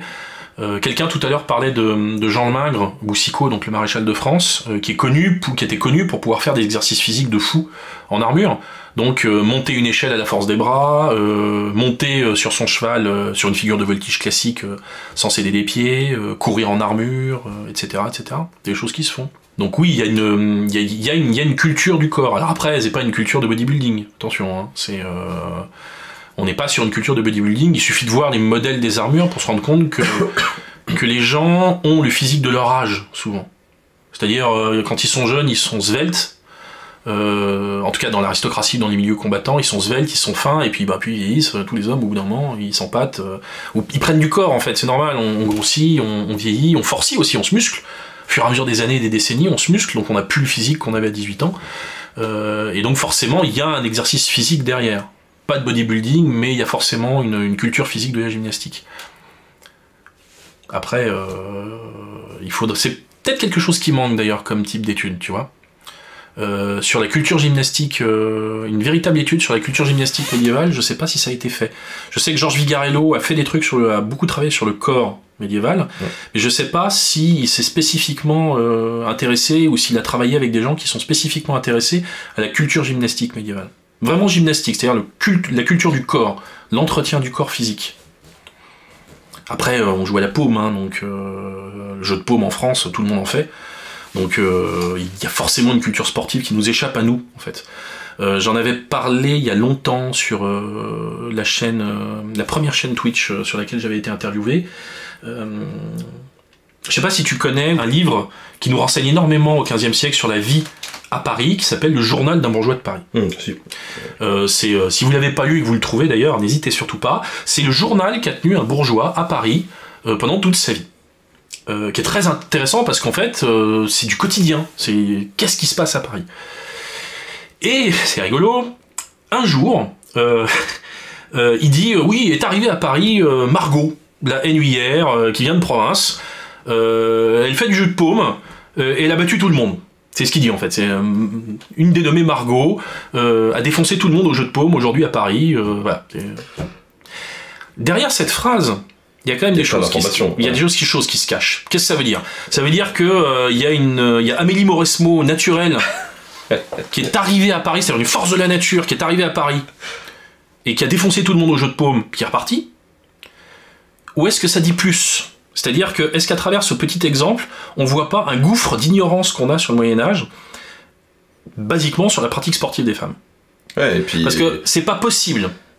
C'est-à-dire, Paris, il y a des bourgeois, il y a des gens qui ont de l'argent, donc ça veut dire qu'il y a des gens qui ont probablement comme loisir de faire de la paume toute la journée. Ces gens-là se vont battre par une provinciale que personne connaît, qui monte à Paris. Moi, j'y crois pas. J'ai été sportif, j'ai fait beaucoup d'arts martiaux dans ma vie, j'ai fréquenté pas mal de sportifs, des tennisman qui étaient plutôt pas mauvais en niveau régional. Ça peut arriver, mais c'est fort peu probable qu'une force de la nature débarque comme ça dans un circuit semi-professionnel et défonce tout le monde. Ça veut probablement dire qu'il y a une pratique du sport qui nous échappe, une pratique quotidienne, régulière du sport qui nous échappe, et notamment une pratique féminine du sport qui nous échappe. Et alors là, c'est une histoire qui reste à écrire, vraiment. Il y a plusieurs historiens qui travaillent aussi sur la pratique des armes par les femmes. C'est étrange qu'on n'en parle pas. Parce qu'on sait que les femmes interviennent pendant les sièges. On a des exemples de femmes qui se sont battues, on a des exemples qui sont montées en épingle. Ça veut pas dire que toutes les femmes se battent. Évidemment, c'est absurde de dire ça, de la même manière que c'est absurde de dire que tous les hommes se battent. Mais il semble qu'il y ait une pratique des armes qui, quelquefois, soit adoptée par les femmes. Donc il y a quelque chose qui reste à écrire, qui est en train d'être écrit. C'est ce qu'on disait tout à l'heure sur finalement l'approche des historiens. On a tous nos sensibilités, et c'est important qu'on offre différentes sensibilités pour différentes écritures de l'histoire. C'est capital même. Non mais oui, c'est ce qui est super intéressant dans l'histoire, et qui fait qu'il y a des écoles et que tout ça évolue et se nourrit des travaux passés et essaye d'avoir un regard nouveau. C'est vrai que souvent quand on dit tiens tel historien il a eu un regard nouveau sur cette discipline, ou il y a beaucoup de gens qui se disent mais comment il peut avoir un regard nouveau, ça reste de l'histoire, c'est toujours la même chose. Voilà, il y a cette approche effectivement qui est assez intéressante. J'aimerais quand même qu'on referme un petit peu cette parenthèse cet entretien avant de passer aux questions. Parce que on a parlé donc des AMHE, des manuscrits, de tes recherches, du temps que t'as passé là-dessus. T'as passé de nombreuses années quand même à étudier tout ça. Et donc il y a une question qui peut revenir. Et d'ailleurs on en avait parlé quand on a préparé un petit peu cette émission, de finalement pour nous autres hommes contemporains, ça sert à quoi d'étudier tout ça en fait? C'est marrant parce que c'est une vraie question. En effet, quand on a préparé cet entretien, c'est une question que Benjamin m'a posée, parce que ça l'intriguait, notamment parce que je suis très critique par rapport à mon métier, je suis très critique par rapport à mon activité d'historien, par rapport à mon parcours. Pour être franc, je ne pense pas qu'on aurait dû me laisser faire une thèse de doctorat sur un sujet aussi trivial que les arts martiaux au Moyen-Âge et à l'époque moderne. Alors que je suis le premier à dire à des étudiants allez-y, affirmez-vous, vos sujets sont importants, il n'y a pas de petite histoire. Alors au-delà d'une d'un syndrome de l'imposteur abominable et d'une capacité à me dévaloriser moi-même, je pense qu'il y a vraiment des priorités en fait à établir en histoire et je pense qu'il est plus important aujourd'hui d'écrire une histoire des femmes par exemple qu'une histoire des arts martiaux. En termes éthiques personnels, je pense que c'est quelque chose qui manque plus à la société et qui manque plus à l'histoire de notre société, de notre monde occidental, de notre monde européen et des autres mondes qui nous bordent en fait et qui s'interpénètrent avec le monde européen. Je pense que c'est plus important. Je pense que c'est plus important d'écrire une histoire des minorités, je pense que c'est plus important d'écrire une histoire de la colonisation et de la décolonisation, parce que c'est des choses qui ont un impact sur la société. Et c'est important que les historiens aient un impact sur la société, c'est très important. Le métier d'historien, il est très dévalorisé, il est très insulté aujourd'hui, il suffit qu'on parle des profs d'histoire ou des enseignants en général pour qu'il y ait un tombereau de commentaires extrêmement dévalorisant sur internet et c'est pour ça que c'est important je pense de quelquefois savoir reconnaître qu'il y a des sujets qui sont prioritaires par rapport à d'autres. Maintenant, est-ce que la recherche sur qu'est-ce que ça dit en fait une recherche sur les arts martiaux et un travail d'histoire des arts martiaux? C'est très difficile de parler de la portée de ses propres recherches en fait. Moi je suis pas Patrick Boucheron, donc je ne suis pas polymathe, je ne suis pas un homme aux multiples compétences comme des gens très brillants comme ça, comme un professeur que j'ai eu qui s'appelait Pascal Butterlin, qui était une des personnes les plus intelligentes que j'ai rencontrées, qui était historien spécialisé dans le Proche-Orient antique, mais qui était archéologue, historien, géologue, enfin voilà, il y avait 70 cordes à son arc. C'est très difficile de porter un regard critique sur l'impact de nos propres recherches. C'est pour ça qu'il faut laisser parler les autres parfois. C'est-à-dire, il faut laisser les autres nous juger. Et c'est comme ça que fonctionne l'histoire. C'est les autres qui nous jugent, c'est nos pairs qui nous jugent, qui évaluent nos travaux, qui trouvent souvent de l'utilité à nos travaux alors qu'on n'en a pas trouvé. Maintenant, c'est très difficile pour moi de dire que ce que j'ai fait est utile. Ça m'a intéressé, c'est intéressant. Est-ce que c'est utile? Qu'est-ce que ça dit? Qu'est-ce que ça rajoute sur la connaissance du passé? Je sais pas. Je sais vraiment pas. C'est compliqué, c'est très très compliqué. C'est très compliqué d'en parler. L'utilité de l'histoire aussi, c'est très difficile d'en parler. Finalement, parce que c'est une ouverture une ouverture de sujet. Et ici, moi, j'ai eu dans cette émission autant des gens qui étaient vraiment en mode mais si l'histoire c'est extrêmement important, sans ça on comprend rien. Et j'ai eu des gens qui m'ont dit droit dans les yeux, non mais moi, et qui rigolaient, qui disaient mais de toute façon, moi je suis historien depuis 40 ans, mais l'histoire ne sert strictement à rien. Voilà, j'ai eu les deux. En fait, c'est hyper compliqué parce que je suis pas persuadé que l'esprit critique soit un outil magique, par exemple, on dit la chose telle quelle. Je ne suis pas persuadé que l'esprit critique soit un outil magique qui résolve tous les problèmes de la société. Donc l'histoire servira pas et la méthode historique servira pas à résoudre tous nos problèmes, loin de là. Par contre, l'histoire est importante. L'histoire est importante parce qu'elle nous dit toujours qu'on vient de quelque part. Et généralement, on vient pas de quelque part au singulier, mais de quelque part au pluriel. Et ça nous dit à peu près où est-ce qu'on doit aller, où est-ce qu'on doit pas aller. Je pense pas que l'histoire enseigne la vie, mais par exemple, ce dont on parlait tout à l'heure, donc le processus de civilisation des mœurs, le processus de sportivisation des arts martiaux, le processus de pouvoir pratiquer la violence ou une forme de violence avec des gens sans les blesser, sans risquer d'être blessés. C'est pas anodin de savoir d'où ça vient, et c'est pas anodin de rappeler que une pratique de la violence ne peut être faite que dans ces conditions-là, dans une société équilibrée. Après, il y a des sociétés qui ont fonctionné sous des régimes de violence absolue. Oui, ça a existé. Pas vraiment le genre de société qu'on peut souhaiter. Moi, la posture que j'ai vis-à-vis de ta spécialité en particulier, c'est qu'elle est utile au sens où elle nous apprend, elle peut apprendre à des gens l'humilité, d'une part, et la tempérance. Parce que finalement, tous ces enjeux autour de l'art martial ou de la violence, c'est des thématiques qui peuvent être très instrumentalisées par des gens justement pour valoriser certaines idéologies. Oui, bien sûr. Des idéologies parfois masculinistes ou tout ce que tu veux, hein. On sait ce que ça regroupe. Et ces gens-là qui se gargarisent de monopoliser et de savoir ce qu'est la réalité, ce qu'était vraiment le combat médiéval, toi qui l'as étudié et qui sais ce que c'est ou ce que ça n'est pas, tu peux avoir une approche pédagogique là-dessus, en disant, mais, voilà, d'une part, non, d'autre part, on sait pas, et donc tu peux avoir ta part de déconstruction de ces discours qui peuvent être très problématiques. Donc finalement, de par ce rôle-là, t'as quand même une place très importante dans la médiation globale de l'histoire et dans la tempérance du climat un peu pourri. Ça joue, ouais, bien sûr. Qui a sur Internet ou ailleurs. Bien sûr, moi j'ai régulièrement été pris à partie par des gens qui soit étaient surpris de l'approche finalement de l'analyse très civilisée que j'ai des arts martiaux. Civilisé pas dans le sens bien ou mal, hein, mais civilisé dans le sens rapport civilisé. C'est-à-dire rapport apaisé entre des gens, pourtant autour d'une activité violente. Ouais. J'ai souvent été pris à partie en disant oui, mais non, c'est dénier la violence de cette époque, et puis à l'époque c'était des vrais bonhommes, et puis ci, et puis ça. Ce que m'ont vraiment montré mes travaux, c'est que en fait il y a tellement de modes de pratiques différentes, il y a tellement de types de pratiques différentes que c'est très compliqué.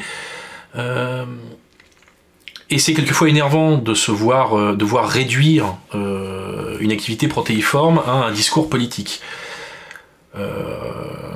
Maintenant, est-ce que c'est l'histoire qui permet de contrebalancer ça, ou est-ce que c'est le positionnement politique en tant qu'historien qui permet de contrebalancer ça? Probablement un peu des deux.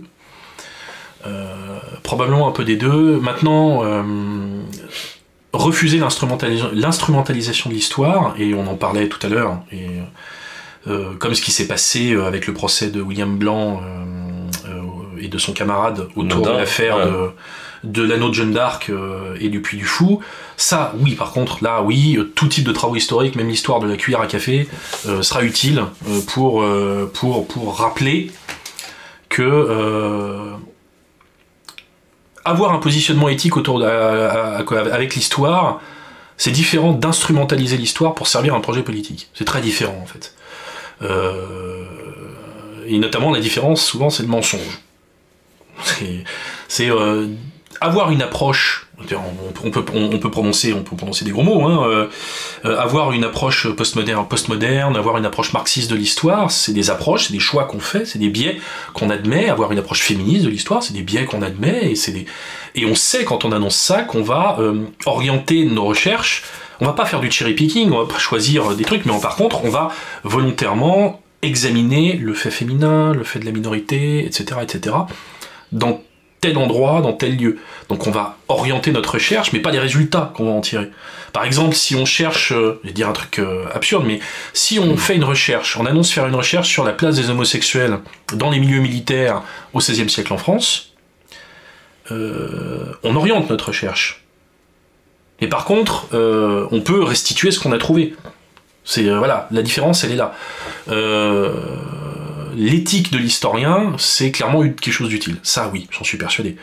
C'est le fait d'admettre nos résultats, le fait d'admettre qu'on a tort. Moi, ça m'est arrivé souvent d'avoir tort. Ça m'est souvent arrivé de me tromper. Ça m'est souvent arrivé de poser des prémices fausses, et puis ça a faussé toute mon analyse, et puis je suis revenu dessus, mais tant pis, c'est la vie, quoi. On passe 95% de notre vie à nous planter, c'est normal, comme ça qu'on progresse un petit peu. Mais voilà, c'est toujours... Ça répond pas toujours à cette question que je me pose et qui me hante un petit peu, hein, depuis que je fais des études, c'est à quoi sert ce que je fais. Par exemple, mon métier d'archiviste, à mon avis, est plus utile que mon activité d'historien. Parce qu'en tant qu'archiviste, je suis un rouage de la conservation du patrimoine de mon pays, de l'administration de mon pays, etc., etc. Ce que je fais aura un impact peut-être à un moment réel sur des documents conservés, sur la qualité des documents que j'ai conservés, etc., des informations que j'ai conservées, ou des informations que je peux transmettre, etc., etc. Ou des alertes que je peux tirer. Hein. Mon métier d'historien, je sais pas. Et là encore, je pense que c'est les autres qui en parlent. Je pense que c'est des gens comme toi, ou c'est mes pairs historiens, ou c'est les gens qui m'écoutent quand je fais une émission sur Twitch, ou le chat qui est là. C'est eux qui répondent le mieux, en fait. C'est notre public et nos pairs qui répondent le mieux à l'utilité de nos travaux. Et c'est peut-être la meilleure conclusion qu'on puisse donner au métier d'historien, en fait. On est au service des gens. On n'est jamais au service de notre propre projet ou de notre propre utilité, on est au service la communauté, en fait. C'est peut-être ce que voulait dire William quand il parlait de service public de l'histoire, en fait. Et de service public du discours de l'histoire dans sa récente communication à la HMESP. En fait, on est vraiment au service d'un projet public en tant qu'historien. Et pas d'un projet public en tant que communisme ou tout ce que vous voulez. On est au service des gens, en fait. On est au service de la société. Et c'est la société qui nous jugera, finalement. Et vous tous qui me jugerez avec mes bretelles, je vois que ça fait jaser dans les chats. En tout cas, oui, c'est de très belles paroles. Je propose de passer, on a une vingtaine de minutes avant la fin de l'émission, de quoi quand même répondre à quelques questions. Voilà. Puis là, c'est pareil, hein, je veux dire, tu sais, tant mieux, tu sais pas, tant pis. Bah. Voilà, c'est c'est comme ça. J'aurais peut-être dû commencer par ça, je suis très loin de tout savoir. Personne ne sait tout, hein, sauf Patrick Boucheron peut-être, mais voilà, si quelqu'un commence généralement un discours par vous dire je sais tout ou je sais plein de trucs, soit c'est un vendeur, soit c'est un menteur. Mais on sait très peu de choses. En tant qu'individu, on sait très peu de choses. Moi, je sais qu'en utilisant mes codes promo audibles, voilà, vous ferez des économies. Mais sinon, je ne sais pas. Patrick Boucheron, pas Bouchon, Boucheron. C'est un médiéviste, un très très grand médiéviste français. Qu'on va recevoir bientôt. Vache. Voilà. Je vous le dis, au mois de février, on aura Patrick Boucheron qui sera parmi nous aussi pour discuter de la médiation de l'histoire et puis des histoires des objets vu qu'en ce moment il est là-dedans. Voilà. Ouais. Donc ça va être sympatoche. Voilà. On a Samantha qui nous demande bonjour. Est-ce qu'il y avait un régime alimentaire particulier et de la médecine comme pour les gladiateurs par exemple? Donc on y a un peu répondu. On en sait peu sur le régime alimentaire. Il y en avait probablement, puisqu'on a ce conseil pour le duel. On a un livre de médecine qui s'appelle le Taquinum Sanitatis, qui est un livre de médecine médiévale très connu, qui est l'adaptation occidentale d'un livre de médecine arabe et d'un tableau de santé arabo-musulman, mentionne l'escrime comme une activité et les arts martiaux comme une activité de santé, c'est-à-dire adaptée à tel type de comportement, à tel moment de l'année, etc. C'est un bon exercice qui permet de... Donc, il n'est pas impossible que médecine et exercice physique, donc que médecine et arts martiaux, aient eu des contacts. Je parlais tout à l'heure d'un manuscrit qui avait été conservé par le médecin personnel de l'empereur Maximilien, au sein d'une gigantesque collection de livres humanistiques. Il n'est pas impossible que le savoir et les techniques d'arts martiaux étaient une petite partie de cette espèce de savoir humaniste qui traite de l'homme, de l'amélioration de l'homme, de la culture de son corps, de l'entretien de son corps, etc. Mais c'est une histoire qui reste à écrire, en fait.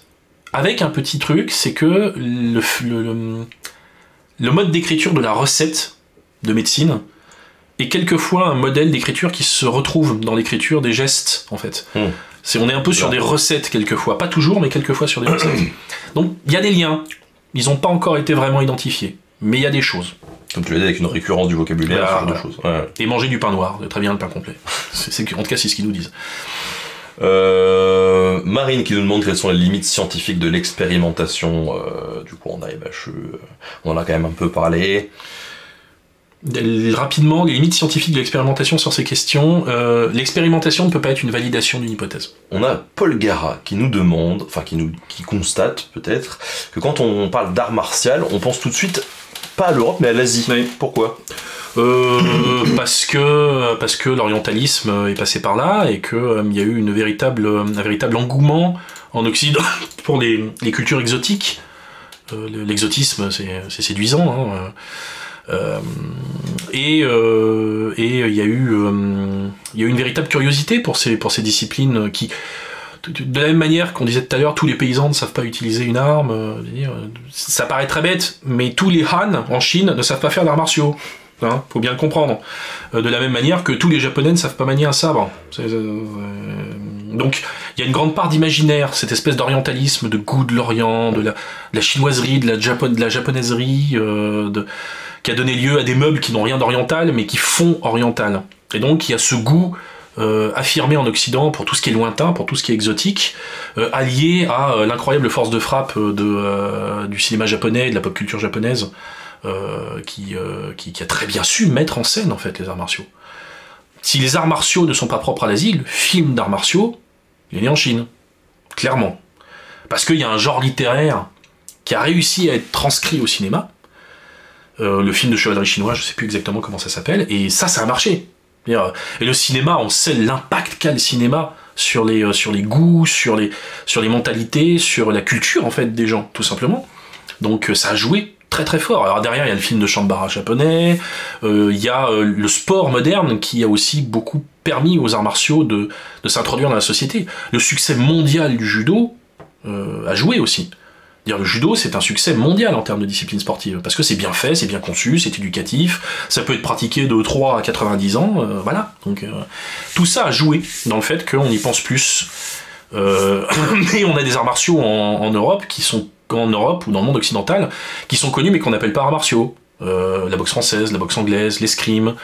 Il y a des traditions de lutte partout en Europe. Tous les coins possibles et imaginables possèdent leur petite tradition de lutte. Il y en a au Portugal, il y en a en Bretagne, il y en a en Suède, il y en a en Hongrie, il y en a partout. Et même au-delà de l'Europe, hein, il y a de la lutte mongole à cheval, il y a de la lutte en Turquie, il y a en Afrique, il n'y a pas un coin en Afrique où il n'y a pas une tradition de lutte ou de boxe à main nue qui traîne pas dans un coin, parce que tout simplement les gens sont souvent violents et on peut pas se permettre que les gens se tuent en étant violents, donc on rationalise, donc on réglemente, et oui, de la lutte à cheval, oui.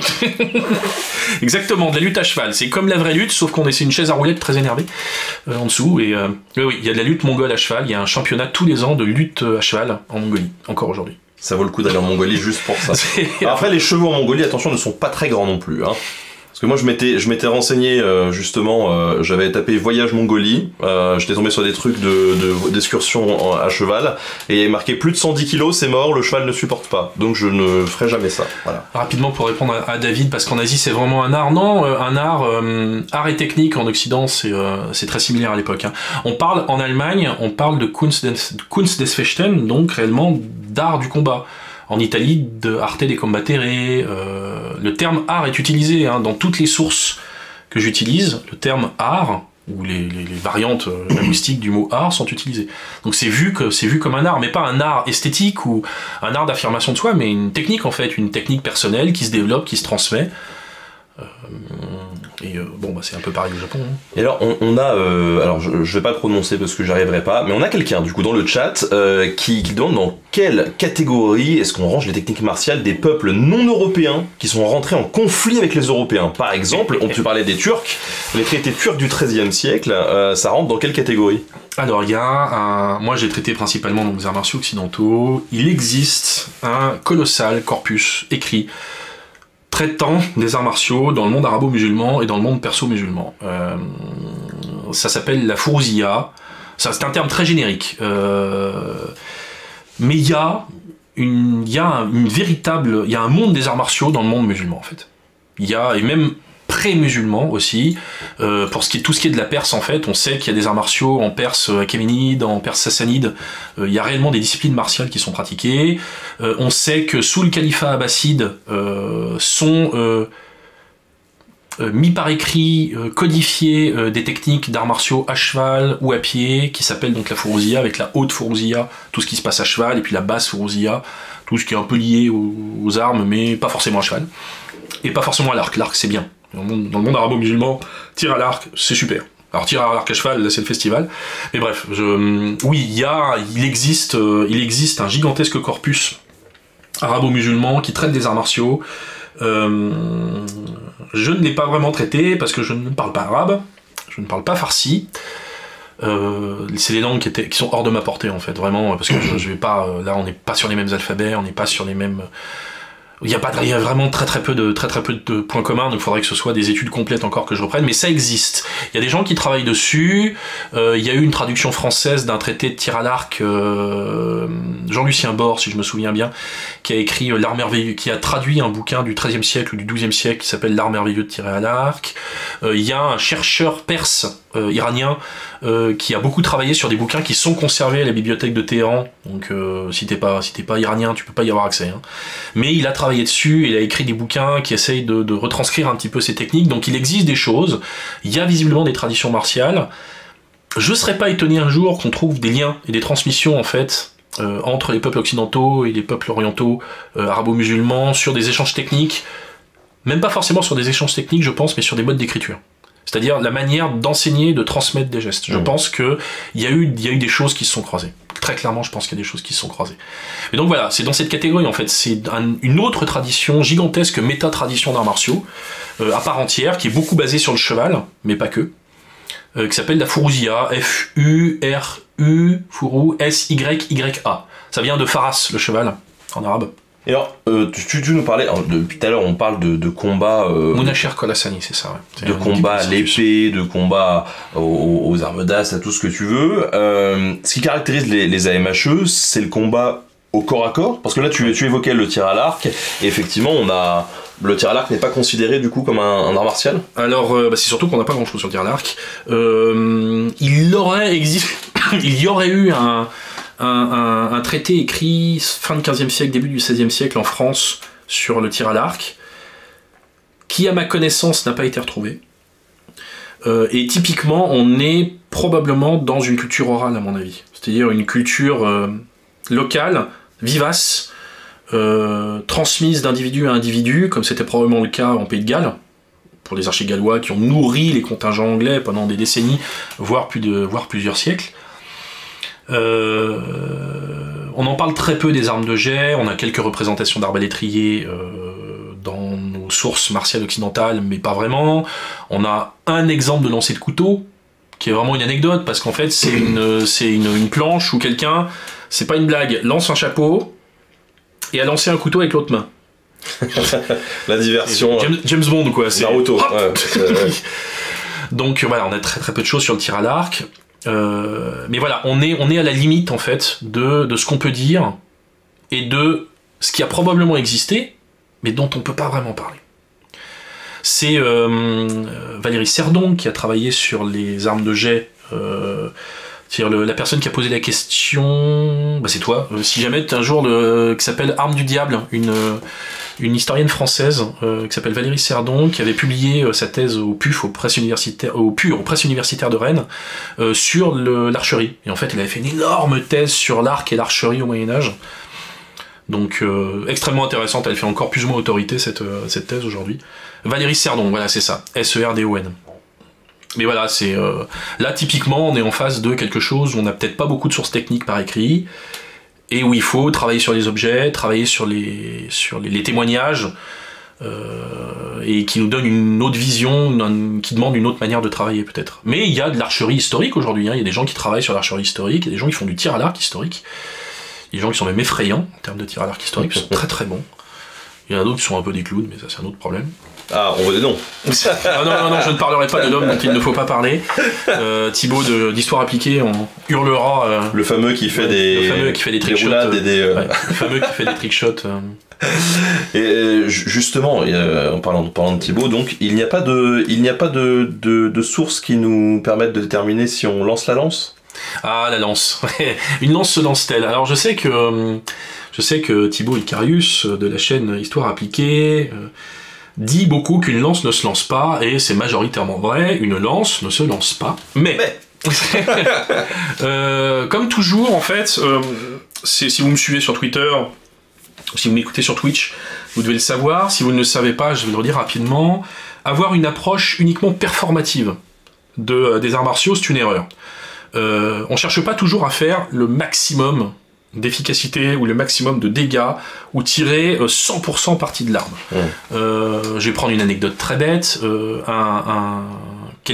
Une des personnes qui s'y connaît le mieux en arts martiaux japonais, en histoire des arts martiaux traditionnels aujourd'hui, c'est un Américain qui s'appelle Eli Samdur, qui a même été initié à l'école Katori, qui est une école qui date du 15e siècle au Japon, donc pour te dire, et il a écrit un très bon bouquin qui s'appelle Martial Traditions, qui est en fait une espèce de présentation et d'analyse de quelques écoles traditionnelles japonaises. Et à un jour, il assiste à une démonstration de kata par un maître de l'école Katori, et notamment une des rares écoles qui utilise le petit sabre et le grand sabre. Puis il regarde le truc, puis il se dit, ouais, c'est quand même pas terrible, quoi. Donc c'est un Américain, il va voir après le professeur de l'école ou la personne qui a fait les démonstrations et il lui dit c'est pas terrible quand même, enfin je comprends pas l'utilité, quelle est l'utilité, et la personne lui répond ah non mais c'est nul, c'est pas bien en fait, c'est-à-dire si on le pratique c'est parce que c'est dans l'école. Mais c'est pas terrible, en fait, c'est pas formidable, quoi. Donc en fait, les arts martiaux sont pas toujours pratiqués pour être extraordinairement efficaces. Les armes sont pas toujours utilisées pour être extrêmement efficientes. Et le cas du lancer de lance nous demande de nous intéresser à un autre type de pratique des armes, qui est la pratique socioculturelle des armes. Et on observe, en effet, dans ce cadre-là, des lances qui se lancent, notamment dans les duels entre chevaliers, et notamment les espèces de démonstrations de savoir-faire, et démonstrations de virilité, démonstrations d'adresse entre chevaliers. On appelle ça en France des POU de lance, et vraiment ce sont des chevaliers qui lancent des lances, soit sur des cibles, soit au début d'un combat et d'un duel.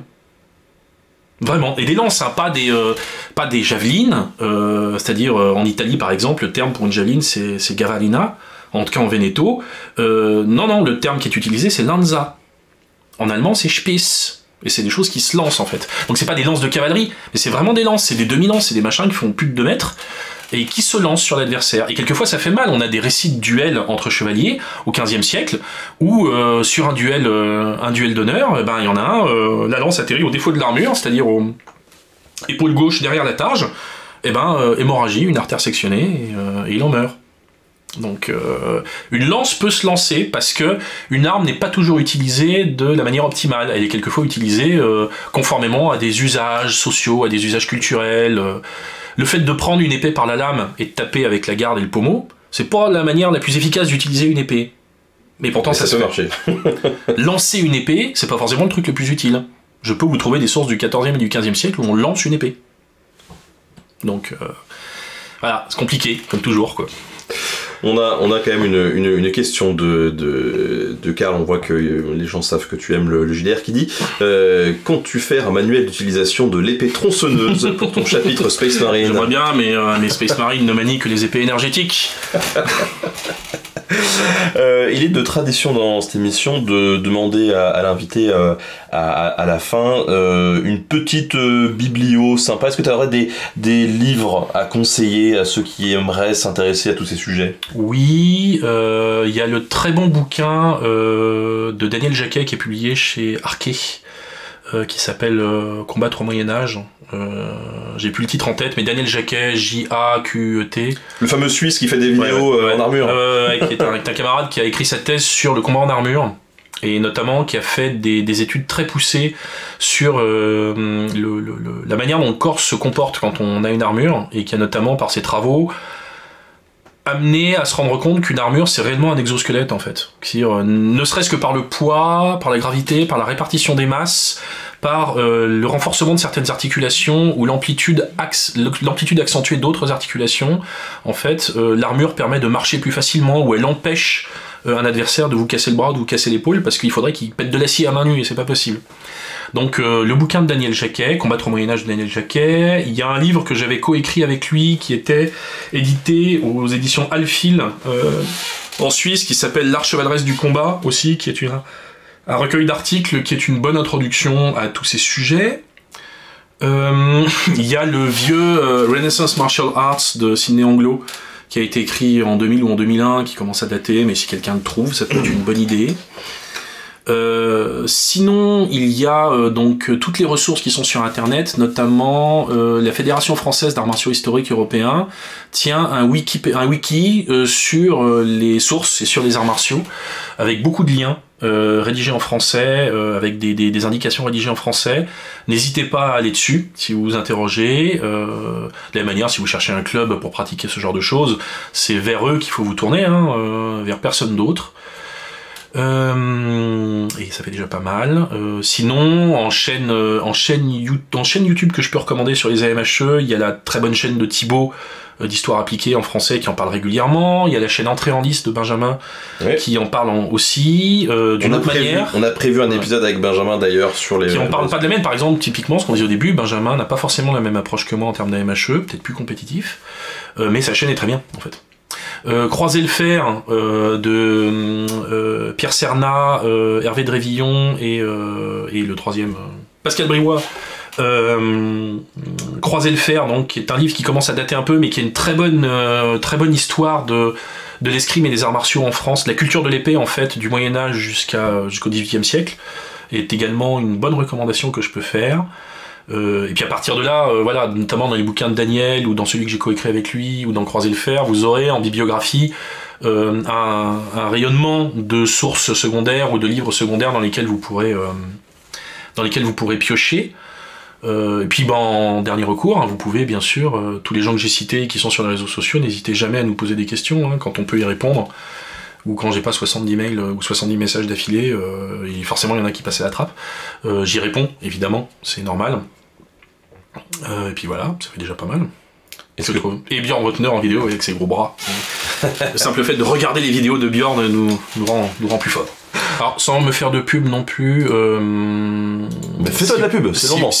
Donc j'ai un compte Twitter, Dr Bagarre, Pierre-Alex Sanchez, alias Dr Bagarre, que j'alimente de beaucoup de petits fils sur les arts martiaux, sur l'explication de tel geste ou de telle tradition ou de telle arme ancienne, donc n'hésitez pas à le visiter. Et j'ai une petite chaîne Twitch éponyme qui s'appelle Dr Bagarre aussi, où on fait du jeu vidéo sur de la bagarre historique. On avait commencé sur Kingdom Come, on joue à Lich Quart, on joue principalement à du jeu plus ou moins historique, et Warhammer 40 000 aussi, parce que voilà. et voilà, si vous voulez venir, n'hésitez pas, j'ai une petite chaîne sans prétention, mais c'est toujours agréable, et puis les gens sont vraiment cool en plus, donc on parle même politique parfois. Mais ouais, c'est incroyable. Les gens sont prêts à tout. Enfin, vraiment, moi c'est ça que j'aime bien sur Twitch aussi. Quand on reste dans des communautés comme ça, à taille plus réduite, c'est vraiment chouette de pouvoir discuter avec les gens, quoi. Tout le monde est assez open, c'est assez cool. Et des fois j'ai un peu peur en fait de me dire, tu vois, que les tailles de commu explosent et que finalement après tu puisses plus profiter de ces discussions un peu plus simples avec les gens. Est-ce que tu aimerais ajouter un petit mot peut-être sur quelque chose qu'on n'aurait pas abordé et qui tenait à cœur et qu'on n'aurait pas forcément abordé dans cette émission? Je pense que ce que tu fais est très important. Ah bah c'est gentil, merci. Je pense que ce que tu fais est très important. Je sais que les gens comme toi ont beaucoup de réticence à se penser comme professionnels de l'histoire, et je pense que c'est un grand tort. Vous êtes des professionnels de l'histoire. J'ai connu des historiens et j'ai lu des historiens du 19e et du début du 20e siècle qui étaient moins historiens que tu peux l'être, ou que des gens qui font le même type de vulgarisation que toi peuvent l'être.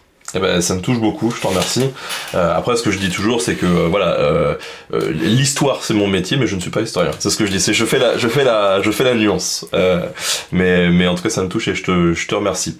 Merci à toi de t'être déplacé jusqu'à Tours, sur mes terres, quand même, pour être venu me voir. Ça fait vraiment super plaisir. Je trouve que c'est quand même agréable. Enfin, c'est vraiment c'est plus agréable d'être côte à côte comme ça, de pouvoir partager un bon poulet au parmesan qu'on s'est envoyé juste avant. Super bon. Tester la recette, c'est génial. Voilà. Et ouais, c'est quand même plus sympathique. Et puis dernière chose. Bien sûr. S'il y a des gens qui sont encore au lycée ou qui hésitent pour faire des études d'histoire, c'est une voie qui est difficile. Il faut être honnête. C'est une voie qui est compliquée. Soit vous allez devoir passer par une prépa pour tenter normal sup, et ça va être compliqué, c'est beaucoup de travail, c'est beaucoup d'engagement, tout le monde n'est pas capable de le faire, pas parce que les gens sont idiots, mais parce que c'est énormément de travail. Donc c'est quelquefois, il faut une abnégation qu'on n'a pas tous, et il faut un temps et des moyens qu'on n'a pas tous non plus.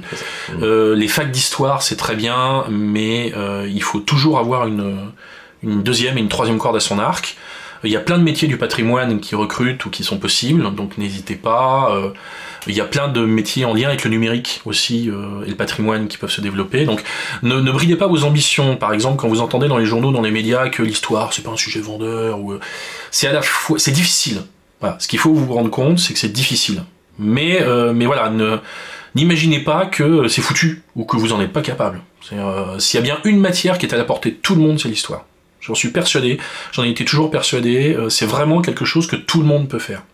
Ça demande du travail, ça demande de l'abnégation, quelquefois on se trompe, souvent même, mais vous pouvez tous faire de l'histoire. Vraiment.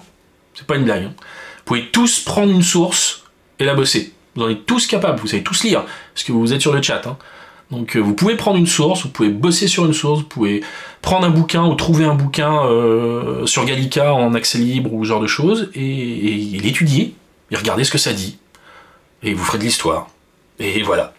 Donc vous en êtes tous capables. Donc si vous avez envie de le faire, lancez-vous. Gardez juste les pieds sur terre. Et un plan de secours pour gagner votre vie aussi. Par contre là je serai très franc. Bon, merci pour ces beaux mots, je pense. Un beau message qu'il est important de passer auprès de tous les jeunes et les moins jeunes d'ailleurs qui veulent s'y mettre aussi. Sur ce, bonne soirée à tous. Encore merci à toi. Bonne soirée à tous et merci encore. Et à la prochaine. Salut! Salut!